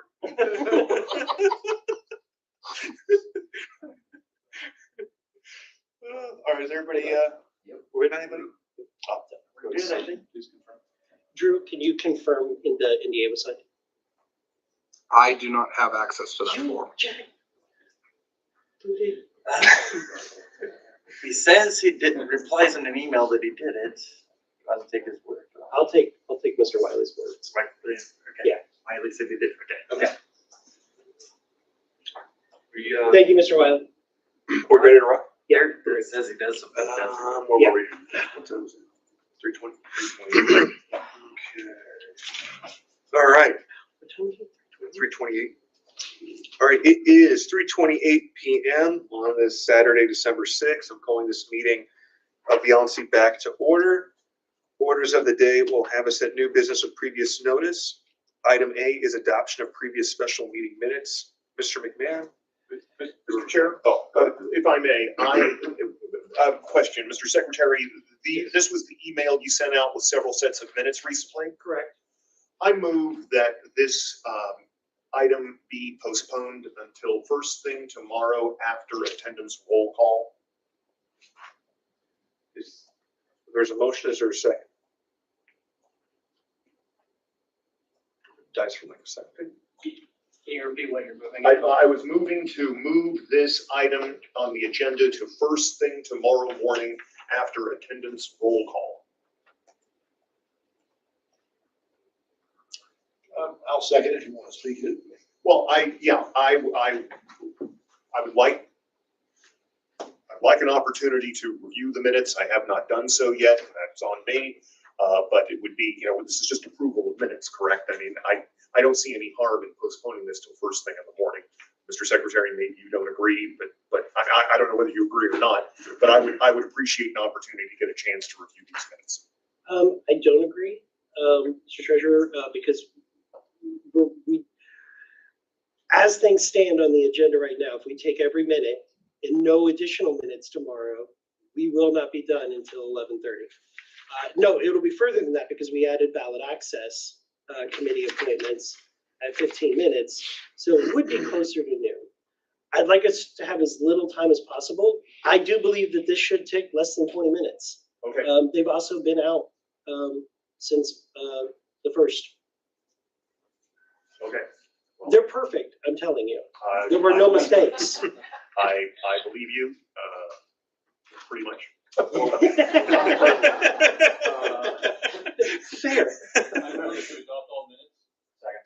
All right, well, first, before we deal with that, we did have a motion that was seconded. That was the motion by Mr. Redpath. All in favor of Mr. Redpath's motion, which would be to move it till first thing tomorrow morning, say aye. Aye. Aye. All opposed, say nay. Nay, All right, the nays have it. can't do all, needs to split. I move to adopt all minutes. Second. Needs to. Needs to be, Point of- because point there's of- two. Point of order, the executive committee minutes can only be approved by the executive board. Our intent was to do two motions, one for the whole board and one for the executive committee board present. I'd like to amend my motion to address only those things which do not concern the executive committee. Second. Okay. All right, so there's a motion to adopt all LNC special meeting minutes, nothing to concern the XCOM. That was seconded. So we are now on to discussion. Is there any discussion on this item? They're good. Okay. Do we need to adopt the amendment? We need to approve the amendment, then we can get to the main. Any objections to them? Was there any objection to the amendment? No objection. Oh, yeah, because they did it. That's Yeah, it was seconded. right. Okay. So we adopted the amendment. Any discussion on the motion as amended to adopt all LNC special meeting minutes? All right. Without objection, we have adopted all of the LNC special meeting minutes. So we're still on discussion. Am I confusing myself? No, that was to do it that way. That wasn't to adopt the minutes yet. Right. That was We were just voting to on his do it that amendment. way. To the motion. Yes, amendment goes before the motion. Yeah, so we're voting on the amendment to have it just be the LNC special meeting minutes. Okay. So, Because his motion was moved and seconded, Yes, right. so it has to be amended. right. So So vote we're this on the amendment. Now we're voting on the main motion. Now we're on the motion. Okay. It was accepted without objection. Okay, yeah, that's what I thought it was without objection. So, okay, anyway, so we're on the main motion, which is the adoption of the meeting minutes. Yes. Okay, any discussion on the motion to adopt? Just as a point of information, I believe they are up there now. I don't know. I didn't give them a whole lot of time. But all of the recordings from all of those meetings are also available on Still Lpedia. working on getting them up. But they will be very quickly on Lpedia. On Lpedia, all of the meeting recordings are up there. Just as an FYI. Any further discussion? Hearing none, we'll take it to a vote. Is there any objection? Hearing no objection, it passes without objection. And then the second part, move to adopt the LNC Executive Committee minutes by vote of the Executive Committee present. Second. All right, any discussion, Mr. McMahon? Same statement as before. Okay, so only members of the XCOM, so Pat, us three, You need to do Bill raise hand. Redpath, four. Alondra. Okay, all right. So we'll do it by raise, yeah. All in favor of XCOM members only of adopting our meeting minutes, please raise your hand. All opposed? All right, the ayes have it. All right, we did it, okay. All right, we survived. Next is, we are on the adoption of the 2026 budget. So at this point, the chair was seeking a motion to adopt the 2026 budget as presented by the XCOM. So moved. So moved, is there a second? Second. All right. Let's get that budget up on the screen and the floor is open to discussion. Just as a FYI, the minutes that are, or the notes that are over to the side in column V, those are just my ramblings. Please ignore them. And just to preface this conversation, the Financial Services Committee met every week for a number of weeks. Myself, Mr. McMahon was also in attendance, Hannah Kennedy, to come up with the bones of this budget, which was passed by the Executive Committee a week or so ago. So there has been some thought put into this. We didn't just come up with this at the XCOM meeting. It was multiple meetings that got into this form. So the goal of today's meeting is to nail down the specifics and discuss everything before we pass it for the next year. So Go ahead, Mr. Thompson. Jesse, having been involved with this, I wish to see. All right, Ms. Cowart, you're seated. Did you wish to be recognized this time? I do. I would like to move to make an amendment to the budget. You remember? And just to kind of preface the motion, I think everybody has had a chance to look at the budget. We are running a deficit budget as of right this second. This is something that we talked about in the FSC. I'm sure it was discussed in the executive committee as well. So we have been actually continuing work behind the scenes on this. So what I'm going to move is that for each of our main revenue income line items, to increase each of those by 10%. So for those of you who are looking at the budget, this would be the general fundraising, other membership, and recurring membership. Each of those line items increase by 10%. Collectively, the increase of each of those line items by 10% gives us an additional $75,000 of income. I've talked about it with the executive committee. We believe that is going to be a reasonable stretch goal. We are working very hard with, Terry is doing a fantastic job. So we're going to press to increase each of these things by 10%. So. All right, I'll second that. Discussion? Yes, right. Mr. Rickard? Yeah, I think that's reasonable. I mean, I mainly did the revenue projections and I based them off of 2025 actuals and didn't build in an increase in those. And, looking back at the history of, and I'm just observing in the financial statements, I don't have exact numbers in front of me, but looking at the history with the bar graphs in the financial statements, I think that's a pretty reasonable increase given the history of midterm election years when compared to the previous year, the year after a presidential election. And, an exception was 2022 versus 2021. But generally, I think it reflects that a 10% increase over 2025 revenue pace is not inappropriate. So I will support this measure or this motion. Any further discussion? All right. Hearing no further discussion, is there any objection to the amendment? Can we do it without objection? Oh, can we? Because this is just voting on it. This is just amending it before adopting the whole budget. Okay, so it's not in his right Yeah. now. Okay. Okay. So hearing no objection, the amendment passes. We're going to call that just one. Is anyone else seeking to be recognized? Mr. McNabb? I would propose increasing the budget line item. I'm going to show it here. This is the litigation line, which is right here. It's the general litigation line. Increasing that by $25,000 to include now the D&O trigger from the recent filing. Is there a second? Second. I'm sorry, that's boosting that by 25,000? Yes. Thank you. Any discussion? I'd like to amend the motion to 65,000. There's a motion to amend to increase by 65,000. Is there a second?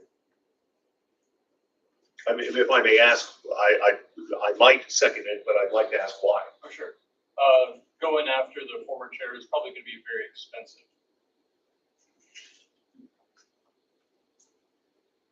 No legal action at the Rose at this time. Going once, going twice, going 3 times, dies for lack of second. All right, so we're on the or McMahon amendment. Is there any discussion on the amendment to increase by 25,000? Is there any objection to the amendment? Hearing none, passes without objection. Would you guys like me to be updating these as we're doing them in this Yes. budget? Okay, so that would be. I'm doing it on mine too. What was the? Hold on and give me one just quick second, please. Increases as well. Yeah, So that is 165, 132.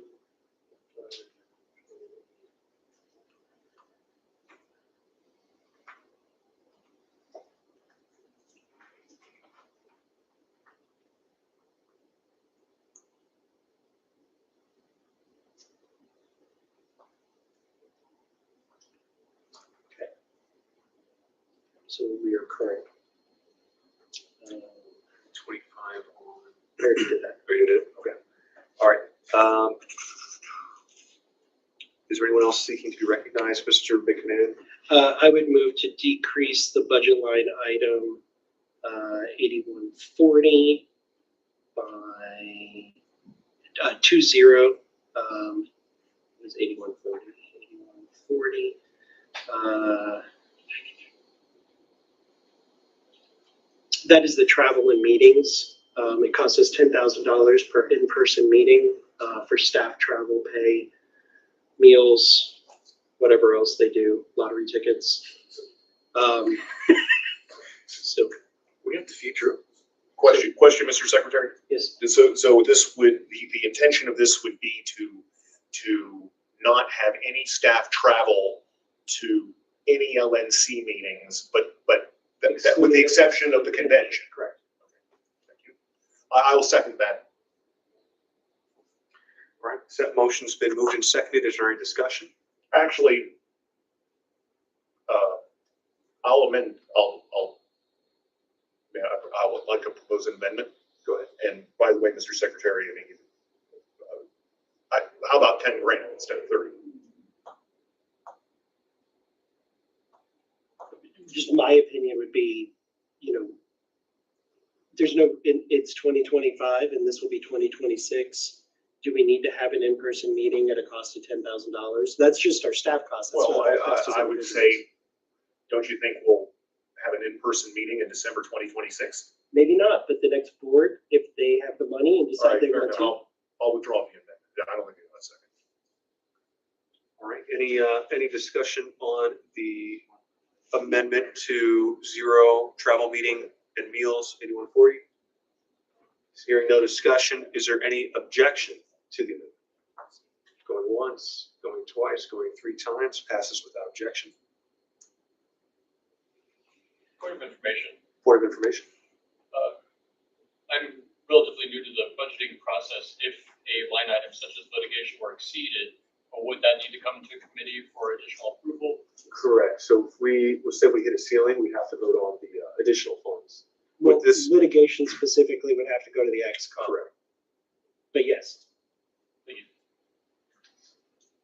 All right. Mr. Chairman, if I can bring up, I don't know if we're going to address insurance expense. I have addressed that with Hannah, and the problem is that she doesn't get a breakout from our insurance broker as to how much for this and how much for that is what she told me.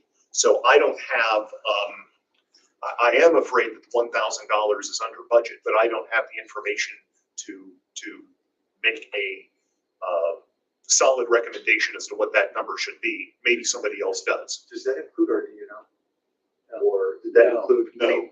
Is that insurance from the building? Wait a minute. Is the D&O elsewhere? Jesse, do you, I forget whether it's elsewhere on here or not.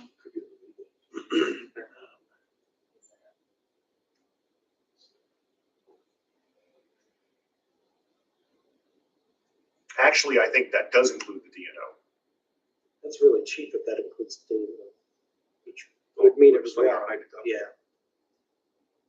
That's, Actually, it would. but if they're only getting paid $1,000 a year, there's no way. I just. I don't have I've any not insurance heard- policy that's $1,000 I've a year. not heard an update from Hannah. She said she didn't know because things weren't broken out and she needed to talk with our insurance broker to get a breakout. And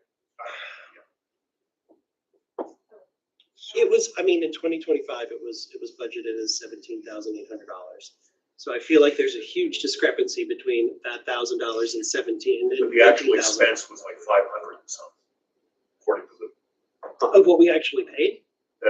that's listed as the expense. Jesse, correct me if I'm wrong. Yeah, 8160 includes the DNO, but I also think it included, some other things like there were multiple insurance types that are lumped into that one GL code. So that would be inclusive of the DNO, but it would also be inclusive of other insurances that we carry as well. Building insurance, we obviously aren't going to need that anymore, so that's a wash. But yeah, the DNO would be captured. Yeah, oh yeah, that's right, because we had, previously it had like workers' comp and stuff like that broken out and everything. Those things are all under that general insurance plan. So is that number accurate? No, Is it that's highly what I'm under, saying. is it underreported? Is it over? I believe it's underreported. I know that Hannah was gonna discuss it with both Joseph, and then she was gonna try to get that breakout from the broker. But I don't believe that, I think we do need to increase it, but I don't know what that number is. I don't know either, but I would move to increase it to 5,000. Because we don't have the building anymore. But that, Point of clarification, Jess, since you have the figures in front of you, or Ms. Cower, what did we actually spend in that category last year? So that's the thing, is that, the actual spend, let's see, I have numbers through October. But that was only showing $541, and that was because we had things that were being put into multiple GL codes, which are now being consolidated into a single GL code. What would be your recommendation on Mr. Redpath's amendment? Do you think 5,000 is enough? Are we going to have to come back and increase it again? Yeah, because let me take a look at like property. Yeah. Do we still have any of these expenses currently under other GL codes? Yeah, well, that's what I'm saying. Like, if I look at, like, for example, if I'm looking at actuals for, 8170-50, that was the property insurance and everything. That was, nearly at, $8,000 spent through October, but that's gone. It's, it's obsolete. Because I'm just wondering if we're just playing kind of musical chairs with the GL codes, if other GL codes currently aren't changed to decrease Yeah. the So, spending. like, for example, 8065, which was the workers' comp. Which is not on here. We have 8060. There was nothing billed to that, so Oh. there were no actuals for that. Because that was under something else. So I mean, honestly, I think that Bill's recommendation is as good as any. Second. We have a motion and a second. Any discussion? All right, the motion is to increase 8160 from 1,000 to 5,000. Discussion going once, going twice, going 3 times. Is there any objection to the amendment? Hearing no objection, it passes without objection.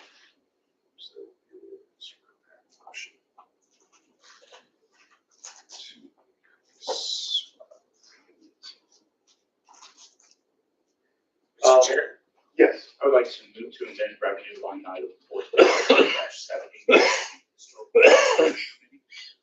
Revenue from 0 to 6,000. We have a $6,000 expense for the Historical Preservation Committee budgeted, and we are going to be bringing in the revenue. We already have over half of that being donated and committed even this year. And Mr. McGee and myself will fundraise for the rest. All right. Is there a second? Second. There's a second. Any discussion?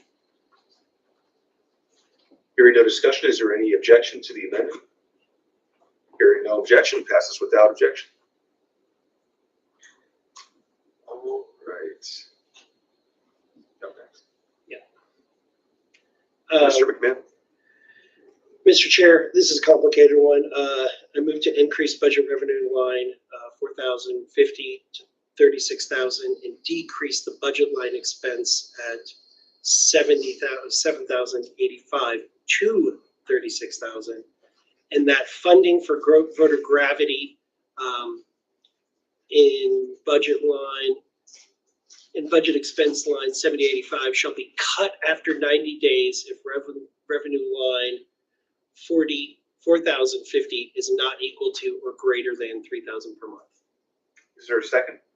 Second that. you like to speak I'd to like that? to speak to it. So what we're essentially doing here is we're increasing the budget line for candidate support essentially to $36,000, assuming that we're going to raise that money.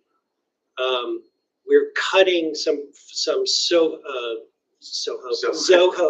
development out of the candidate support, only keeping in the 36,000 for voter gravity.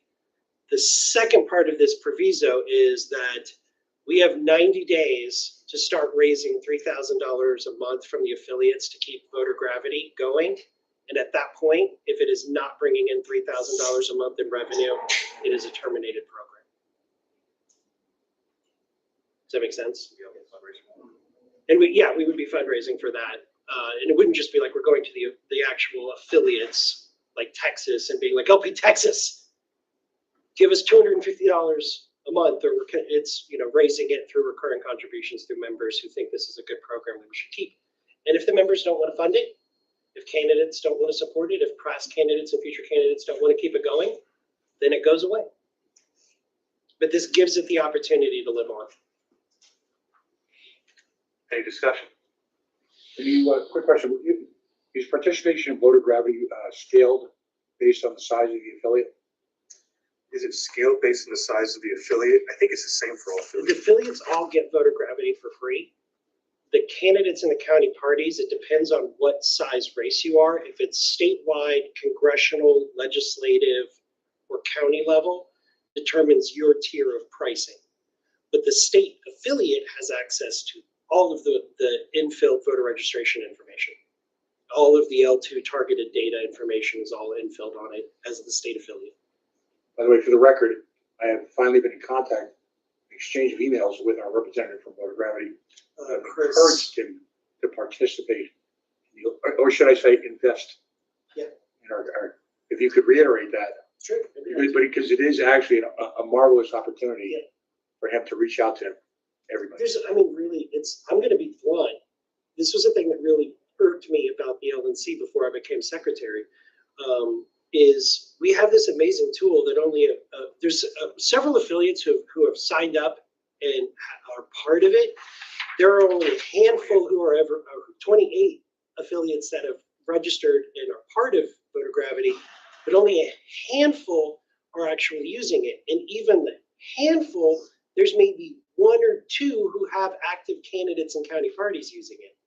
I can think of a state, Indiana, but we need to be better at selling this resource to our affiliates to use because they can use it, and then for candidates to be able to use it because you get targeted demographic data on all of the voters in your district. Like you go door knocking, you can do canvassing, you've got text banking, phone banking, they have email capabilities. I don't recommend it, but they've got a lot of stuff built into it, and it comes with targeted data. The coveted L2 data is in there automatically. Perhaps there's just ignorance. No, that's what I'm saying. We've done a piss poor job of informing the affiliates about it.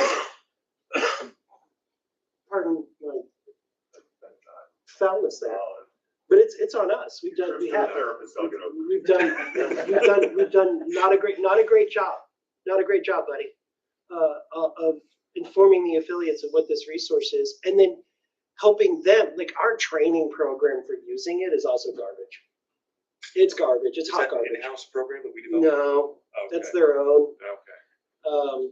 But it needs to be better. But this is a great resource. I'd like to see it have the potential to continue. But I also don't want it to be a drain on our system if it's not going to be used and funded by the people using it. By the way, just to throw this out there, maybe what we can do, you and I, is we're doing this with our other training at the convention, and I've reached out to affiliate support to push this hard. Maybe what we need to do is have a coordinated rollout of training that's going to be available at the convention, specifically on the nuts and bolts of campaigning. You know what would be a great idea is if we gamified it, which is what we did in Indiana for our candidates. We gamified it. If you hit a certain target number of people, we reimburse your costs for voter gravity. What would be interesting is if we took all the potential candidates and we set them up with the libertarians at the convention and see how many people complete surveys at the convention. Go up to people at the convention and say, hey, I'd like to survey you. What's your favorite IPA? Or, whatever libertarians like, I don't know. What's your favorite weed? Do you like edibles, cookies, gummies, mushroom gummies? But some sort of gamification that always makes something go a little bit better, and you learn how to use it because you're doing it there. You're learning by actually doing. That'd be great. I'd love to work with you on that, Mr. Ford. It's a good idea that we had collectively. Any further discussion on this? I think it's probably gonna have to go to a vote. Is there any objection? Going once, going twice, going three times. All right, sold. Let me fix that in here. Give me a hot minute to.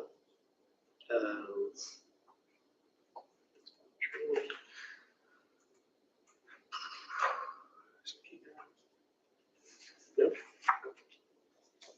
The next one.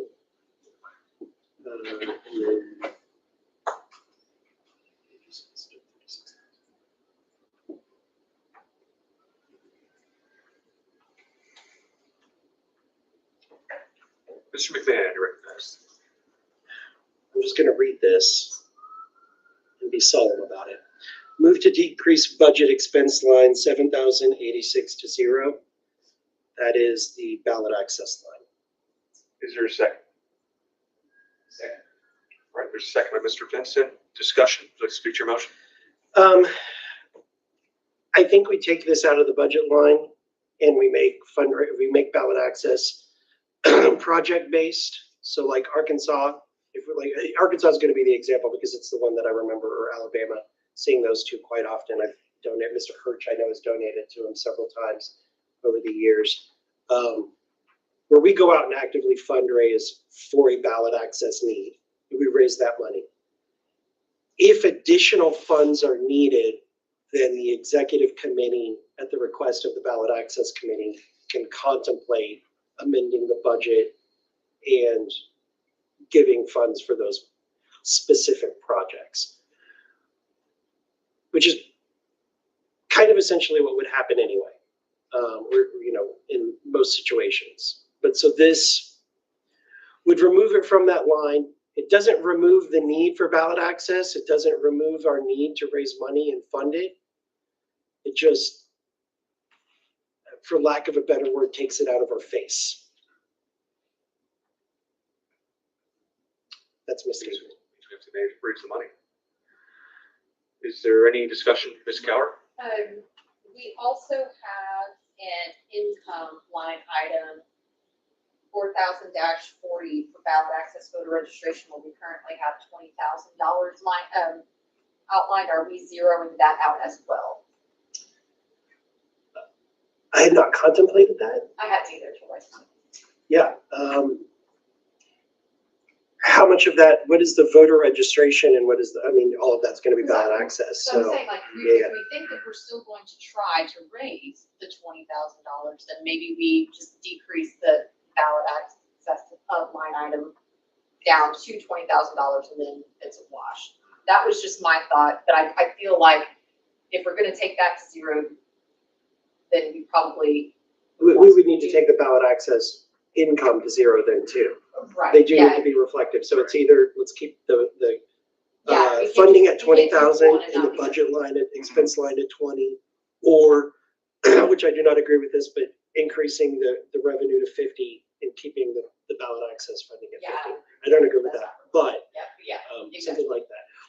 Mr. Chair, I move to amend to increase it to 20,000 so that. All right, so there's an amendment to the amendment to increase the ballot access fundraising line. I think he means to increase this from 0 to 20. That's right. Yeah, from 0 to 20 because amend the amendment. So decrease it to 20,000. Right. Second. There's a second. All right. Any discussion on this? Yes, Mr. Redpath, go ahead. Couple of things. I don't understand the allocation of revenue between various how should I say this? So we send something out and we pitch ballot access to raise money.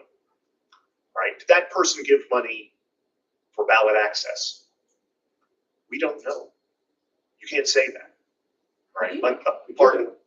But we do know because we have specific links for that. I whenever know, but I'm just saying that it is something this committee is doing, right? We pitch that, right? Are people giving that money, earmarking it? Now, perhaps under the Mr. Bowler's motion, then if they do that, then I guess they are doing it. But if they just respond to a ballot access pitch letter, are they giving money to ballot access? We don't know that, right? I think that we make pitches on various things. We're doing this, we're doing that. But people may say, hey, the Libertarian Party is doing great things here. I want to help the Libertarian Party. So they give the money. So I think this concept is very nebulous to begin with as to how to allocate revenue for this or that. I would also say that we've been down this road before many of you were on this committee of ballot access. The one thing that I would object to is ballot access becoming a project, quote unquote. Right? We've been down this road before where ballot access could only spend the money that was specifically raised for ballot access.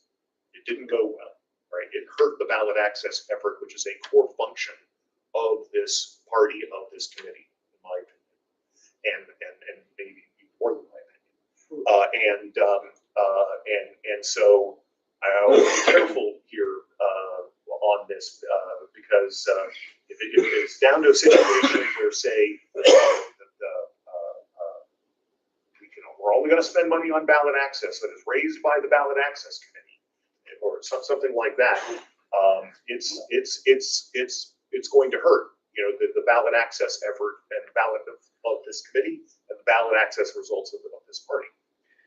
Before I go to McMahon, Drew, do you know? I know when we send out the mailers, usually when I see them come back, it's like in a prepaid business envelope, and it usually includes our form for filling it out, so we know that specific mailer is tied to that specific cause, right?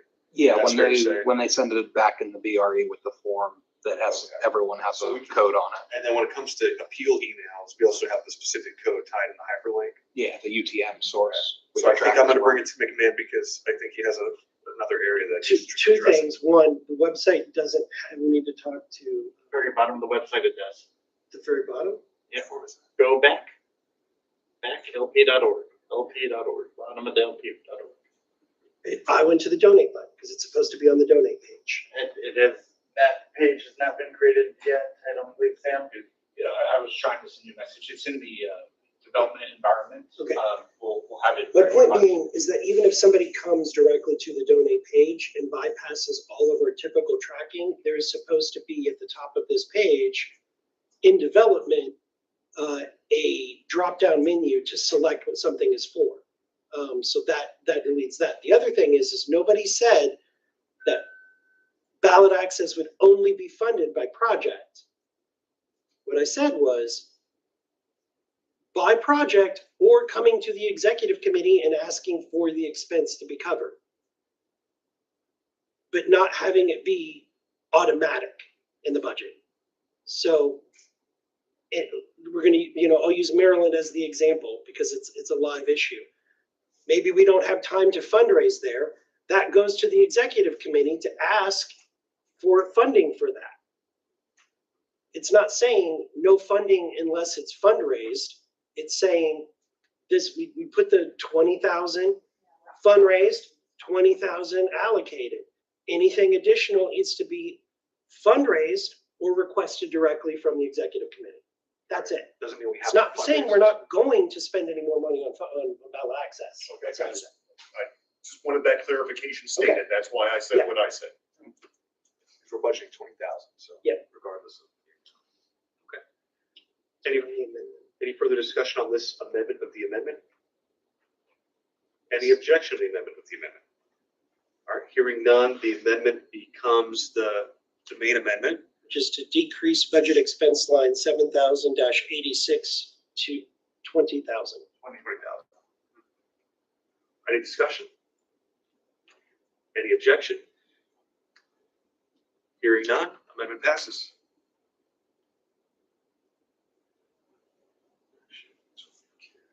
Okay. All right, is there any further discussion on the agenda? On the agenda, on the budget. Can we do, I just want to check my numbers to your numbers. Evan, can you scroll all the way down to the? Okay, yep, we're aligned. 84,014 in the hole. You want to just go up, scroll down real slow, and see if anybody has any further questions.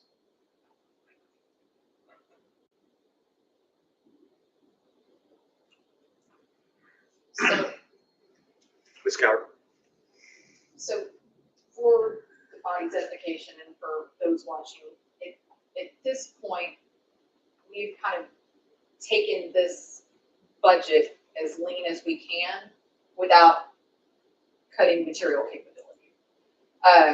So at this point, we would be going to Hannah to talk about, staff, to talk about things like that. So I don't like passing a deficit budget. I very much would like to not be in this position. But that's kind of where we're at. I'm not saying that that's not a place that we should go or could go. I'm just saying like that's where we're at now. Like we've made it as lean as we can until we start going in and cutting actual capability in our staff. And I will say, I mentioned it briefly in my chair's report, but I don't think the people at home got to hear it. It's not a rosy picture where we're at, but I will say that our fundraising efforts and capabilities is our number one priority. What I mean by that is that Drew, Hannah, Andy, Canyon, Matt, the entire staff, Perry, everybody is focused on what we're going to be doing, which is starting in a few weeks, which is the Parity Project. And without even really getting started, we've already seen a lot of positive feedback from old donors, from people coming into the party, people, big donors. I had one donor that was very instrumental back in the original Archimedes reach out to me, said he's going to observe, but he'd be willing to put in $100,000 a year if we can pull this off. So there's a lot of people that are watching and waiting to see, and there's a lot of people that are going to be donating as a part of this process. So the goal is to make money. The goal is to be in a position where we're financially fit. I think if we cut anything else, we're going to be, basically we'd be giving ourselves chemo at that point, and it's going to be like we have to increase our revenue line, and this is the only way to do it. And I'm going to go Mr. Ford and then Mr. McMahon. I think I had something else I wanted to say, but I try to remember what the hell it was. I'll come back to it. Mr. Ford. With the creation of the FSC, I haven't sat in on the FSC meeting. Is it a monthly review process where we stand relative to budget? Is that something that's shared? Like that? Yes, so actually we get a weekly report of all of the detailed P&L, which we are going through. So we being the FSC and the treasurer, so we're getting that P&L report on a weekly basis from Hannah. So we're taking a look at that. We are working through that, developing that monthly review process where we are going through. The ask that we are going to be making to Hannah is, while we are kind of making this annual budget, we do want to make sure that whenever we are getting reporting on that P&L, even though we're not tracking a monthly budget, what we expect, per month on a budget basis, that we're getting actuals as far as actual, in and out, and then as well as year to date on a monthly basis. That way, to your point, we can track where we are relative to the overall budget for that particular line item. So if we either run into, let's be positive, we run into a sudden upswing, then we can reevaluate the budget at that point in time as well. Yeah, no, that best case scenario, yes. I remember what I was going to say really briefly. There's a rumor going around that we're digging into our building fund, and that is not true. We're actually, our main operating account's at around 120,000. We've had a few positive months where we've seen either large windfalls from successful projects like the mailer, where we 10x'd our original investment, or we saw a max donation, where we had a better than normal month. So right now we're spending about 120K in our operating account. That doesn't include the money that's in the building fund and the JFC account. So just a heads up there. That money has not been touched at all. It's just generating interest at this point. Correct. Mr. McMahon, go ahead. Ms. Cowart, we briefly talked about this before, and I want to kind of come back to it now and see. On 8220 accounting and 8260 audit services, I know the accounting was outsourced within the last 2 years, I believe. I think actually it was in 2023 we outsourced it. Probably 3 years. Actually, Bill, you probably know this, Mr. Redpath. What was our cost before that, and what was our process for doing the accounting prior to? Robert Kraus. That was it? I think so. When Robert Kraus did it, I mean, when Robert Kraus was operations director, yeah, that was pretty much it. He did the accounting work. Because we're paying $45,000 a year to outsource the accounting. And we have an FSC now. We have a FSC, the Financial Standards Committee, that is doing this reviewing. Plus staff is also Hannah, the executive director, is putting together these P&Ls. What are we paying the accounting service $45,000 a year for? They're doing the QuickBooks. Right, they're doing QuickBooks. They're doing the books, so, and actually we decreased that because Assistant Treasurer Patrick Mitchell has taken on some of that as well, and that has actually decreased some of the work that's, I say it's Joseph, what is the actual business Joseph represents? Bill, help me out here. Beg your pardon? Joseph's the accounting firm that Joseph. All in one account. All in one account, thank you, sorry. It was one something. So my question to both of you then would be, is there any reason, since it's, what I'm hearing is it's QuickBooks, is there any reason why the Assistant Treasurer, the FSC, and the Executive Director, and the Treasurer couldn't go back to doing this and save the $45,000? FSC is oversight, we're not staff. Right, but if you're reviewing the accounting, the budget, and like what's actually being done, that's the secondary check. Because I think the reason why this was taken away was to create a level of oversight into the accounting. It wasn't because nobody was capable of doing it. There's a lot that is done in QuickBooks. I mean, you're talking, I think at this point about volunteers doing that. No, I'm talking about paid staff. I mean, we have enough paid staff to do it. Well, I mean, do we have paid staff to do it, and do we have paid staff with bookkeeping skill set? That's right. There is, I think, okay, what do we got?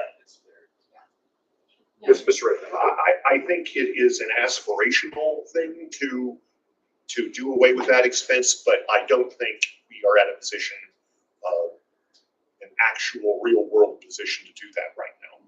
I think if there is it would behoove us to pull a plan together, perhaps, but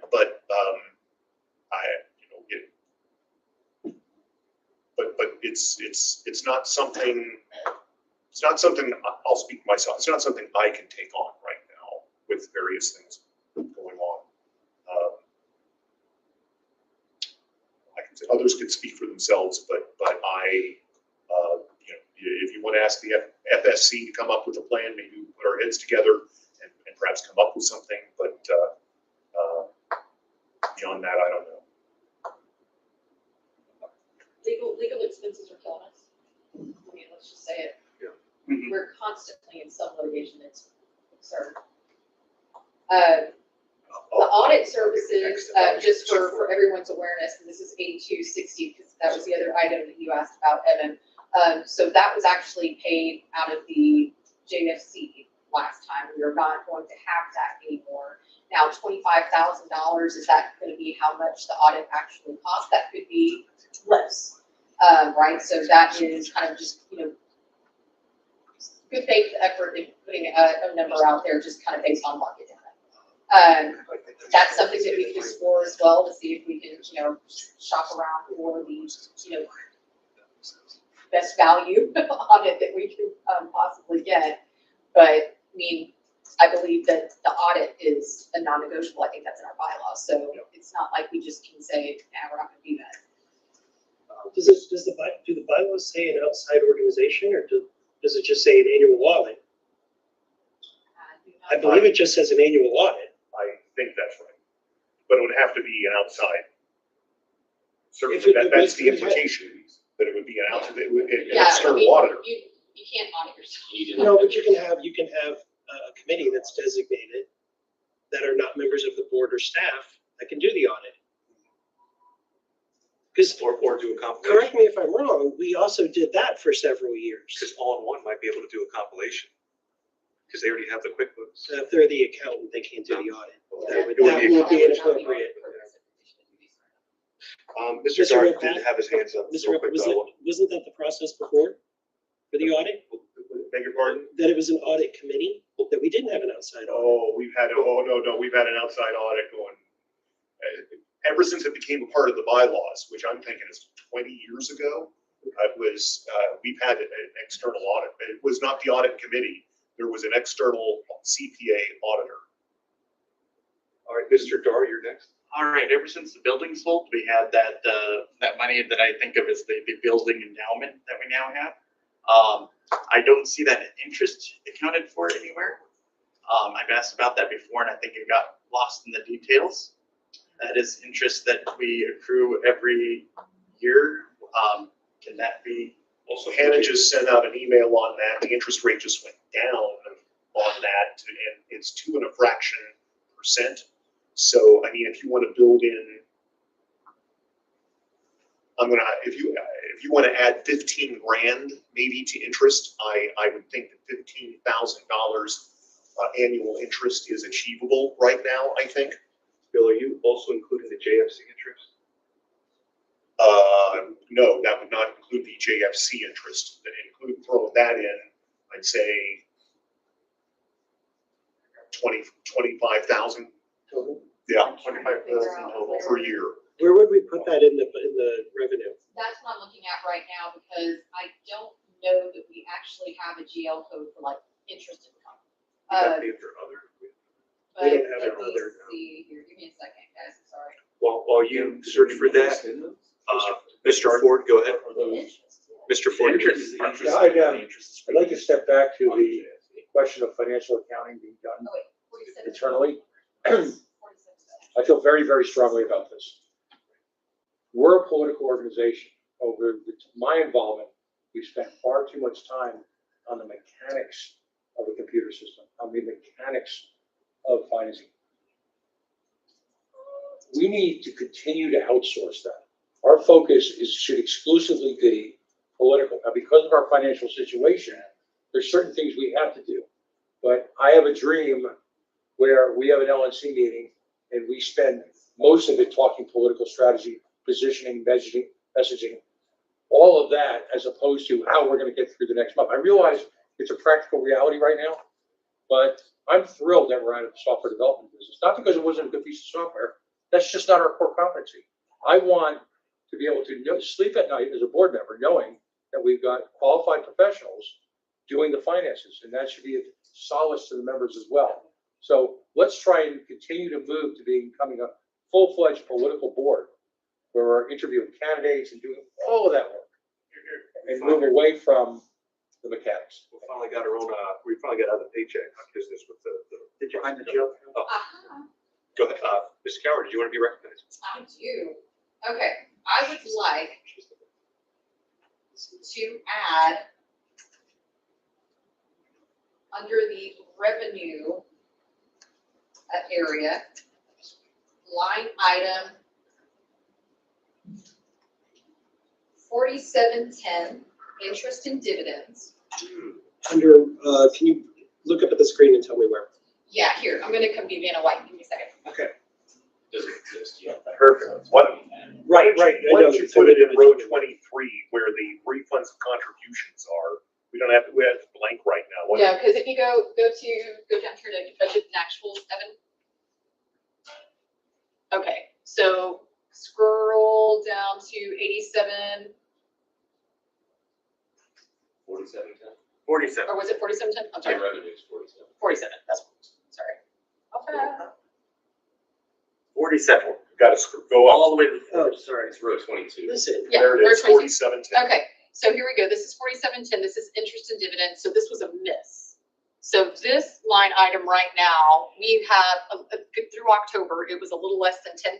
So if we just kind of extrapolate that, $1,000 per month times 12 months, that's $12,000 in interest income. That is primarily on the money market account right now. Now, if we're saying that we're getting interest on the building as well, we would then add that to the 12K, and we just need to add this line item in the budget to account for the money market account, and then whatever we are making on the sale of the building. Okay, so we need a 4710 line. I said 25K Below. Yeah, refunds but and below here, so contributions. it's included in total revenue, yeah, so it'd be below that. Yeah. Jesse. So 37K? I think we're at 4710. we're just, it's a 2 and a fraction percent. I think 25,000. I think 25,000. Probably so. Jesse. Yeah, and I think it was called like interest and, No. yeah, interest and dividends, yeah. But Jesse, if you notice, Mhm. most of these months are pretty nominal until you get to August. So of the 10K we've raised so far on that row, about 8,500 of it has come in since August, which is when we sold the building. So that is, so I think that probably is inclusive of the Right. building then, so. Yeah. Oh, did we put, Bill, whenever well, and I think we talked about that too, is that whenever we were gonna sell the building, we were gonna put it in an interest-bearing account, and so we figured out from an FEC perspective what we could do with it, so I think, yeah, I think, Because we get the money from the JFC account, and we get the money from the interest on the building funds And the account. JFC is not restricted? The interest isn't. Okay. The interest isn't, yeah. So I think, I mean, I don't have did we have the exact interest rate? I don't know, Bill, if you have those numbers offhand. The interest? yeah, The let's interest go back to is the 2 and a budget fraction, actuals and right? look I at don't it like remember starting what- in August. So we're about just over. Yeah, because like, look, it's like, It's it's like little bit, then boom. Right. So we're probably about 2.5. I think 25,000 would be, Yeah, so it started, yeah, we agree. start here like 1,000 right here, and Well, then there we're you looking go. at like There's up roughly to like over 4,000. 3. I would love it if we had, Well, being in there for July, we didn't get the check for the building until the end of August, Right, but I think I had beginning Hannah, of September. I had Hannah look into getting interest on the JFC account before that, I think. So that might have been where that came from. JFC building. And when the building money came in, we put that in its own money market accounts. We were getting interest in the 2 accounts, Let me which pull combined up- is, But that, okay, so July is when the JFC remaining funds were put into the money market account. I think so. So I don't think this includes the building. The building, we didn't get the check for the building. But you can see that it goes up That's the after next that. one. You Yeah. can see that it goes up. Yeah, So- doubles. I think it does. Yeah. Because All right, well, if that- you want, if you want to Yeah. put it at 36, looking at September and October, if you want to put it, but it's gone back down. Look, I'd put it at 25,000. 25 would be safe. Have we shopped around for a better interest rate? I don't think so. By the way, Fidelity right now on a 7-day rate is 3.67. 1 year is 4.07. I mean, I think that's on the table, we could obviously Yeah. to shop around, but just for the purposes of this exercise, I feel like 25 is probably a nice conservative estimate. Can you come here and fix this? 3,000 a month, that was- I don't wanna, I know there are lots of formulas in here and I've already fucked it up, so I'm gonna. Okay. I'm gonna It just, was 3.6. you can, or 3.8. feel free to touch I don't my. know why. I'll go in and touch your thing. That I. Yeah. If it's like at 3,000 a month, when 36,000. Well, the interest rate has gone down recently, so I think 25 would be safe. But if we put it into. We'll look into it, get more, but I think with the budget, I put 25. I think you should, guys should just give it to me. committee, trust me. I'm gonna buy scratchers. Mr. Wiley, I got to tell you. Mr. Rutherford. I'd like to make a motion to take the building fund and invest that in stocks. Just as a point of information, there is contention on the FEC having issues with what we can and can't spend out of the building fund. Because it was segregated funds that were designated for the building. And until that's resolved, we really shouldn't touch it. For clarification, that's not an issue with the FPC, that's an issue with some people who had originally, set up this building, correct, in the property? No, I mean, it was an FEC committee. That was a building fund committee. FPC committee for the party, not just the FPC. Correct. According to, Bill, correct me if I'm wrong here, but can Paul Edwards give us some guidance on this? Yeah, she's gonna go back, and I just spoke with her about this the other day. She's gonna go back and see, come up with a number as to how much was put into an FEC building fund, which may be different than a building fund that we have internally, because the FEC has higher contribution limits for legal, for building, for convention, right? Yes. Those three things, right? And it's triple. It's triple the normal. Yeah, it would be triple that. Right, okay. So, Because it was 100,000 when I was doing it. So Yes, it's triple. the issue from an FEC perspective is not using any money in the FEC building fund for something other than building, all right?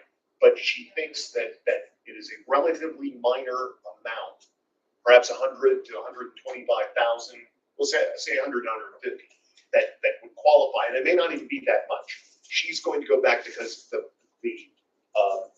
for the most part, she says Robert Kraus paid for the building out of general funds from the FEC. Now, if there's some internal situation that is separate from that, then that would have to be considered. But from a legal perspective, from the FEC's perspective, she thinks we have great latitude with the vast majority of the proceeds from the building. All right, so Mr. Rudd. I'd like to amend my motion to. Okay, it wasn't seconded, so you can remake it. I'd like to make a motion to invest all proceeds from the building fund that are not restricted into the marketplace. Okay.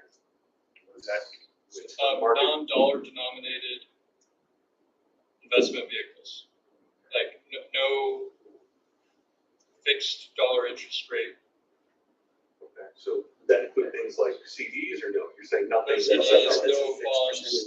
Oh, so you He needs something that's like an asset like stocks, mutual funds, bonds, gold, Bitcoin. Let's give ourselves an endowment since we've got the cash. There's actually restrictions on how political parties can Hold that thought. cryptocurrency. Is there a second? I'll second it for discussion. All right.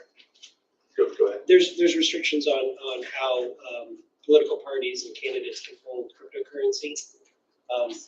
I don't know off the top of my head what the regulation is, so I would not recommend doing it in cryptocurrency for that reason only. Because I love crypto, it's great, it's amazing. If you have Bitcoin, please send it to us.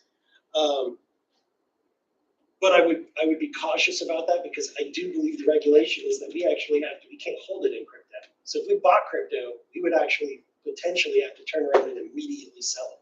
There's no, okay, I might be wrong on this, but there's no crypto denominated securities marketplace. I'm not referring to buying crypto. Okay. Equities is what I intended by that. Thank you. Okay. Shares of S&P 500, just index, anything's better than 2.5%. Nancy Pelosi's portfolio. I mean, that's right there. Whoever's above Nancy Pelosi in this unusual way. As a person who is heavily invested in equity securities personally, ETFs and mutual funds, with the exception of one shabby individual stock that I told you what it was, I'd have to put a bag over my head to hide. But I vote against against this. I don't think it would be appropriate to do risky for this party, particularly in its current financial situation, to take on anything other than risk-free investments at this point in time. If we lost, even in non-speculative investments, if we lost a significant portion of principal, I think our contributors would be mighty sore, and I think it would be inadvisable for us to do. Any further discussion? Go ahead, Mr. Riley. Over time, a diversified portfolio can be a lot safer than something that's being eroded by inflation at a significant percentage. The counter position. I agree with that, but I'll speak by Ms. Coward. I would like to make a motion. Well, hold on, we're actually on a motion. We're still. We're on a motion, or discussion on a motion. What's the exact language of the motion again? Could you repeat that? Yes, I would like to invest the non-restricted proceeds from the sale of the building into equities. And we don't know exactly how much. Actually, Mr. Chair, is. Because we would have to. Just bear with me, I'm sorry. Is it even in order because it's not a budget matter and we're in the budget? Wouldn't that be something outside of the budget, technically? Because technically you would have to, the way you would have to phrase, because if you were. That's not an amendment to the budget. That is a good point, yeah, because if. I can bring it tomorrow. Okay, okay, all right, so I'll call it out of order for now. Ms. Coward, go ahead. Okay, I would like to amend the budget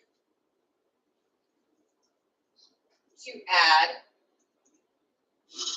line item 4710, interest and dividends.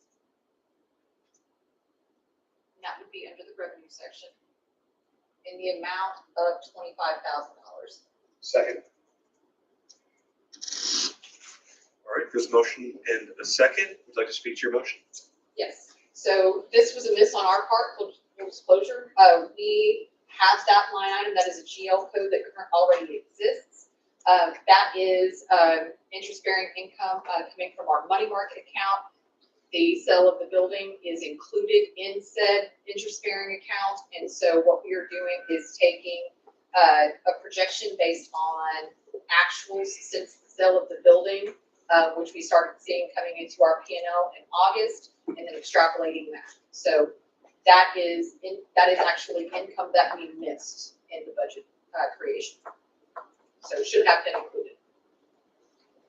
Any further discussion? Any objection to the amendment? Going once, going twice, passes without objection.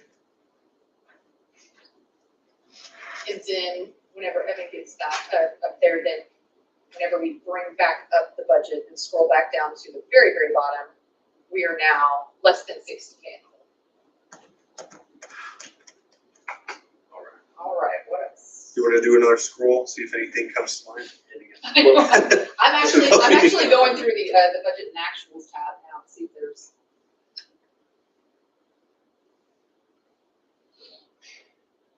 That was calculated at about roughly 3%. No, It's like 2.5. 2.5. And we can get better rates from other banks if we start shopping. I mean, we can, like, that's an instant no-brainer. We can get 4% instantly. I think they're both the same. So Jake. I think it's all untruest. It is untrue. Yeah. Yes. We'll definitely look into it, okay? We're gonna amend this budget anytime. I mean, if we put it closer to 4% after the beginning of the year, that moves us a hell of a lot closer. Well, no, I agree. And I do think that 25 may actually be conservative. So again, I would like to under promise and over deliver on that, but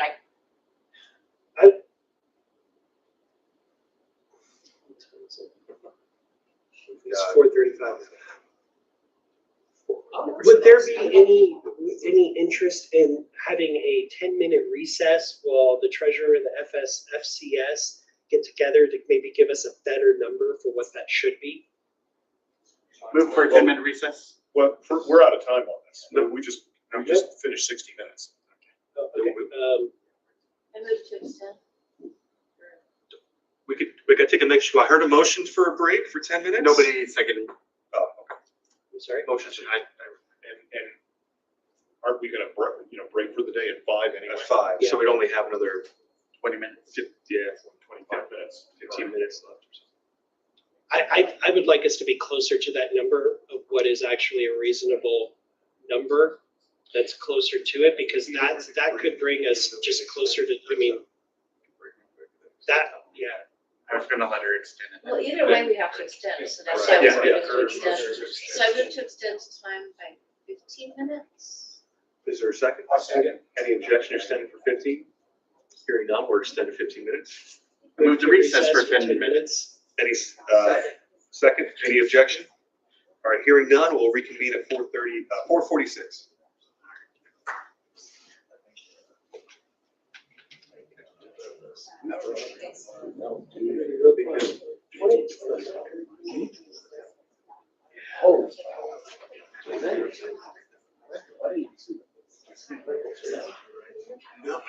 It's not, oh, yes! We just thought of something good. This was us like 10 minutes ago, we had the same thought.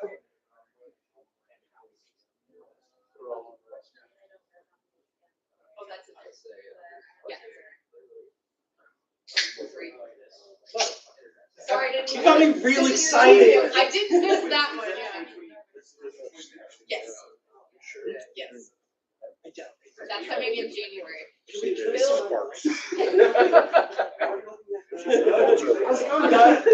I was gonna get insurance on it. I'm flying. It's like,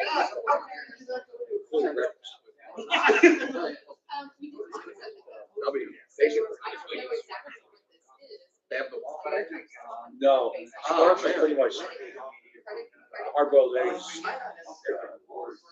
bagels. That waffle maker You were a little kid. Yeah. 3 months So ago. it looks like. It's like a video. It's like a totally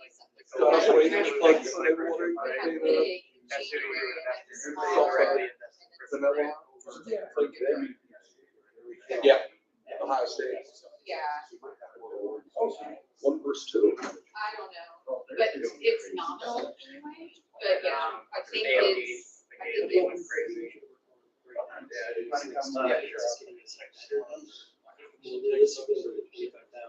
big ones. 3.9%. Duke's Virginia.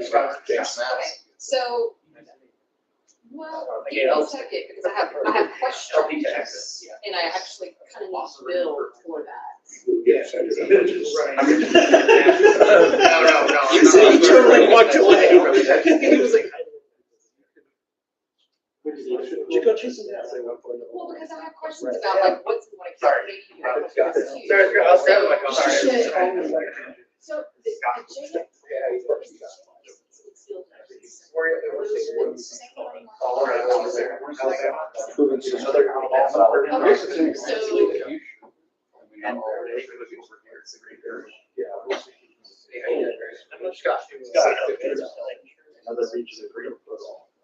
Okay, so let's put it there. There's staff over here. Drew probably make up that piece of them all. At the party would be really good. Well, yeah, but you could make up with these. This is the person that does all the sort of different things for Hannah. Oh, cool. Good to meet you, Drew. Yeah. Hey, oh, here, I already like you, so I only shake hands with my governors.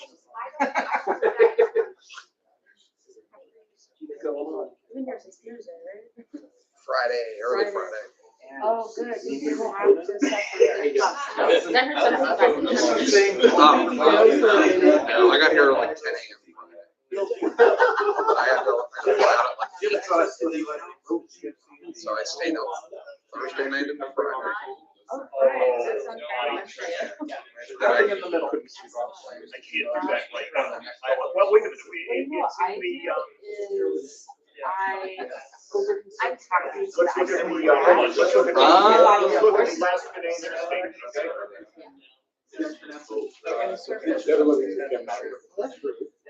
Well, I also am very sensitive to the information I will grab from you.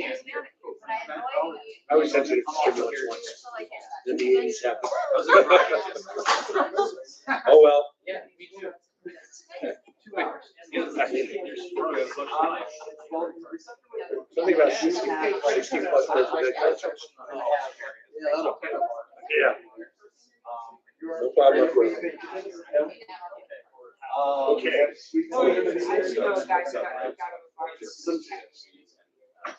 All right. What are we talking about this again? Oh, he was a deadhead too? Yeah, we haven't had any conversation. I am a deadhead. No, it's like being in the Marines. You never leave the Marines. You never leave the Marines.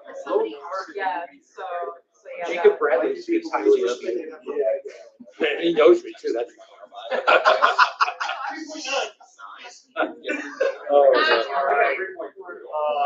From what I understand, he really wants people to spread the whole notion of Jacob Bradley for sheriff. That's what I was told. So LNC? Yeah, just listen, don't worry about it. No one Angela 2.0? Just Jacob Bradley for sheriff. All right, that's just. You should definitely nominate him just for fun. Oh, yeah, no, The problem is I don't know how well known he is outside of this. he's very well known. Is he? For all the best reasons. Best reasons? But I just have to torture him. You cash. That's how I show I up. could use like 1,000,001. I'm running for vice chair against, Against, in Texas, not here. oh, okay. It's a room Yeah, that'll be, pricier than I would. Yeah. I live in Rhode Island, which is roughly the size of half of Dallas. Not double, but it's better. And a hell of a lot colder. Yeah. Yeah, but we have beach bars. The bar I wanted us to go to, but we couldn't, the Ocean Mist, was rated, there was some, one of the magazines, rating of national dive bars. Like the top 10 in the country. Oh, wow.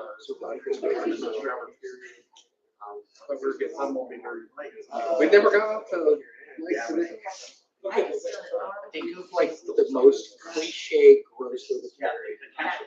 There's a no neck beard. The beer muta try. And their sign is just. Say what? I like Boston. I mean, the trouble with these meetings, you get about an hour. That other big question. I don't think we can really accurately budget what we may pay for ransom. Really? Oh, you and I can take some really good pictures. Say what? Somebody drives slowly by, somebody has a place, you know, like one of those open air. wanna say, Rent it. With the news cycle. I haven't seen any. You know, I was all I have to one I like a big. Oh, you went on?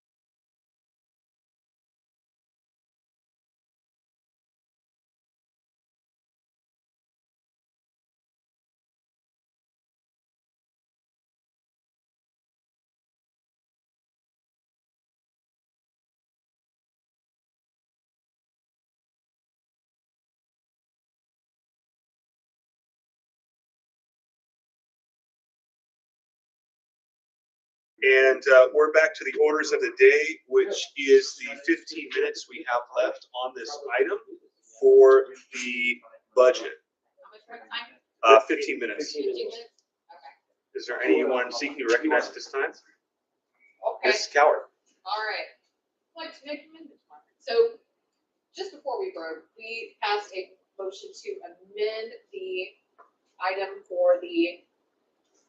We added line 4710 in revenue. So interest and dividends. So upon going back and taking a look at our balance in the money market account, which for everyone's awareness includes both the sale of the building and the JFC amount.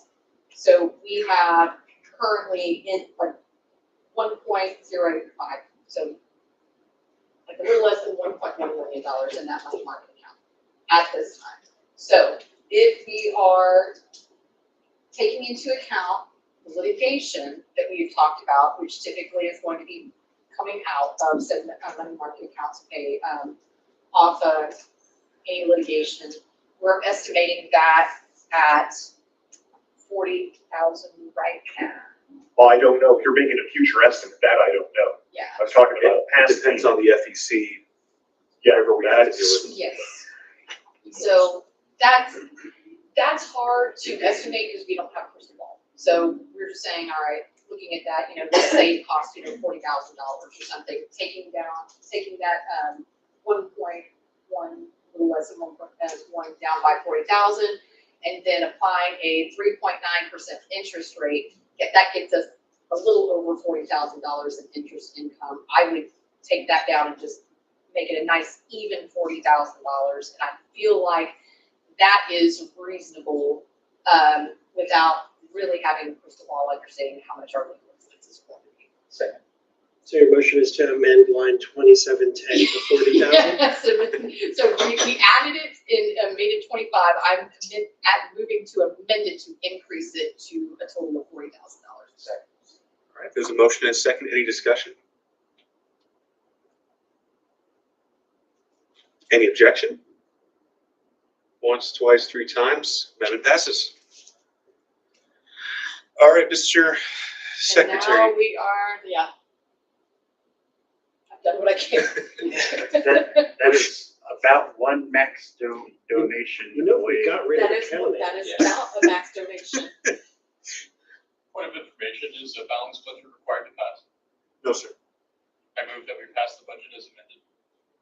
Is there a second? That's That's all the motion. That's the motion. Well, that would be the, I mean, I guess you'd be saying. You would call the question. You're calling the question, right? Call the question. Okay. Was there a second? Was there a motion and a second? All right, so a motion has been called on the item. Is there any objection to calling the question? Mr. Secretary, whenever you're ready, sir. Give me 1 second here. The original motion was made by Ms. Coward, seconded by to approve the agenda or to approve the budget.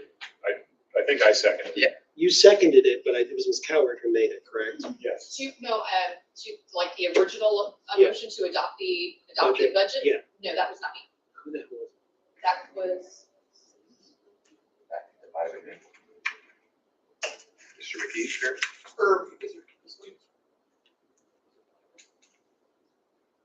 You too, I missed out on. Just say.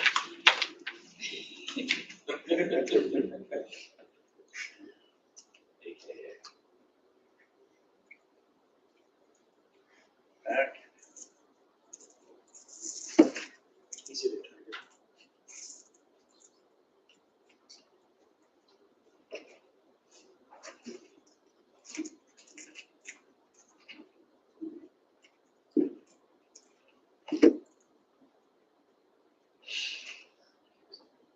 You said who?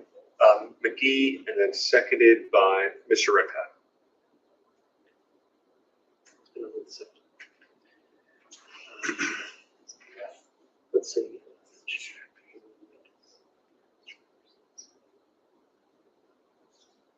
Are you ready for me to call the roll? Yep. Oh, damn it.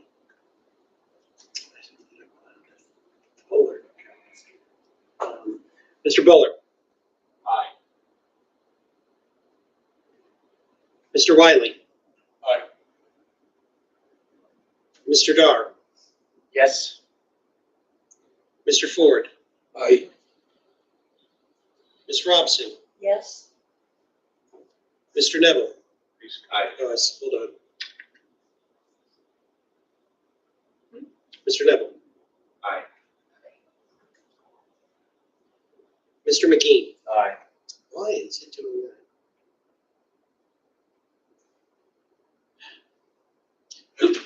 I vote yes. Mr. Hirsch. Yes. Treasurer Redpath. Yes. You did the same thing. Still tagged. Yeah, you gotta go down again. If you just hit enter. Ms. Coward. Yes. Mr. Vincent. Yes. Mr. Chair. I vote aye. The vote, Mr. Chair, is 13 yes, 0 no, and 0 abstentions. Motion passes unanimously. Devin, do you want to talk the alt vote? Yes, thank you. So that I don't, give the credit to, Oh, no, I'm just saying, so Keith has plausible deniability. oh, he's going to.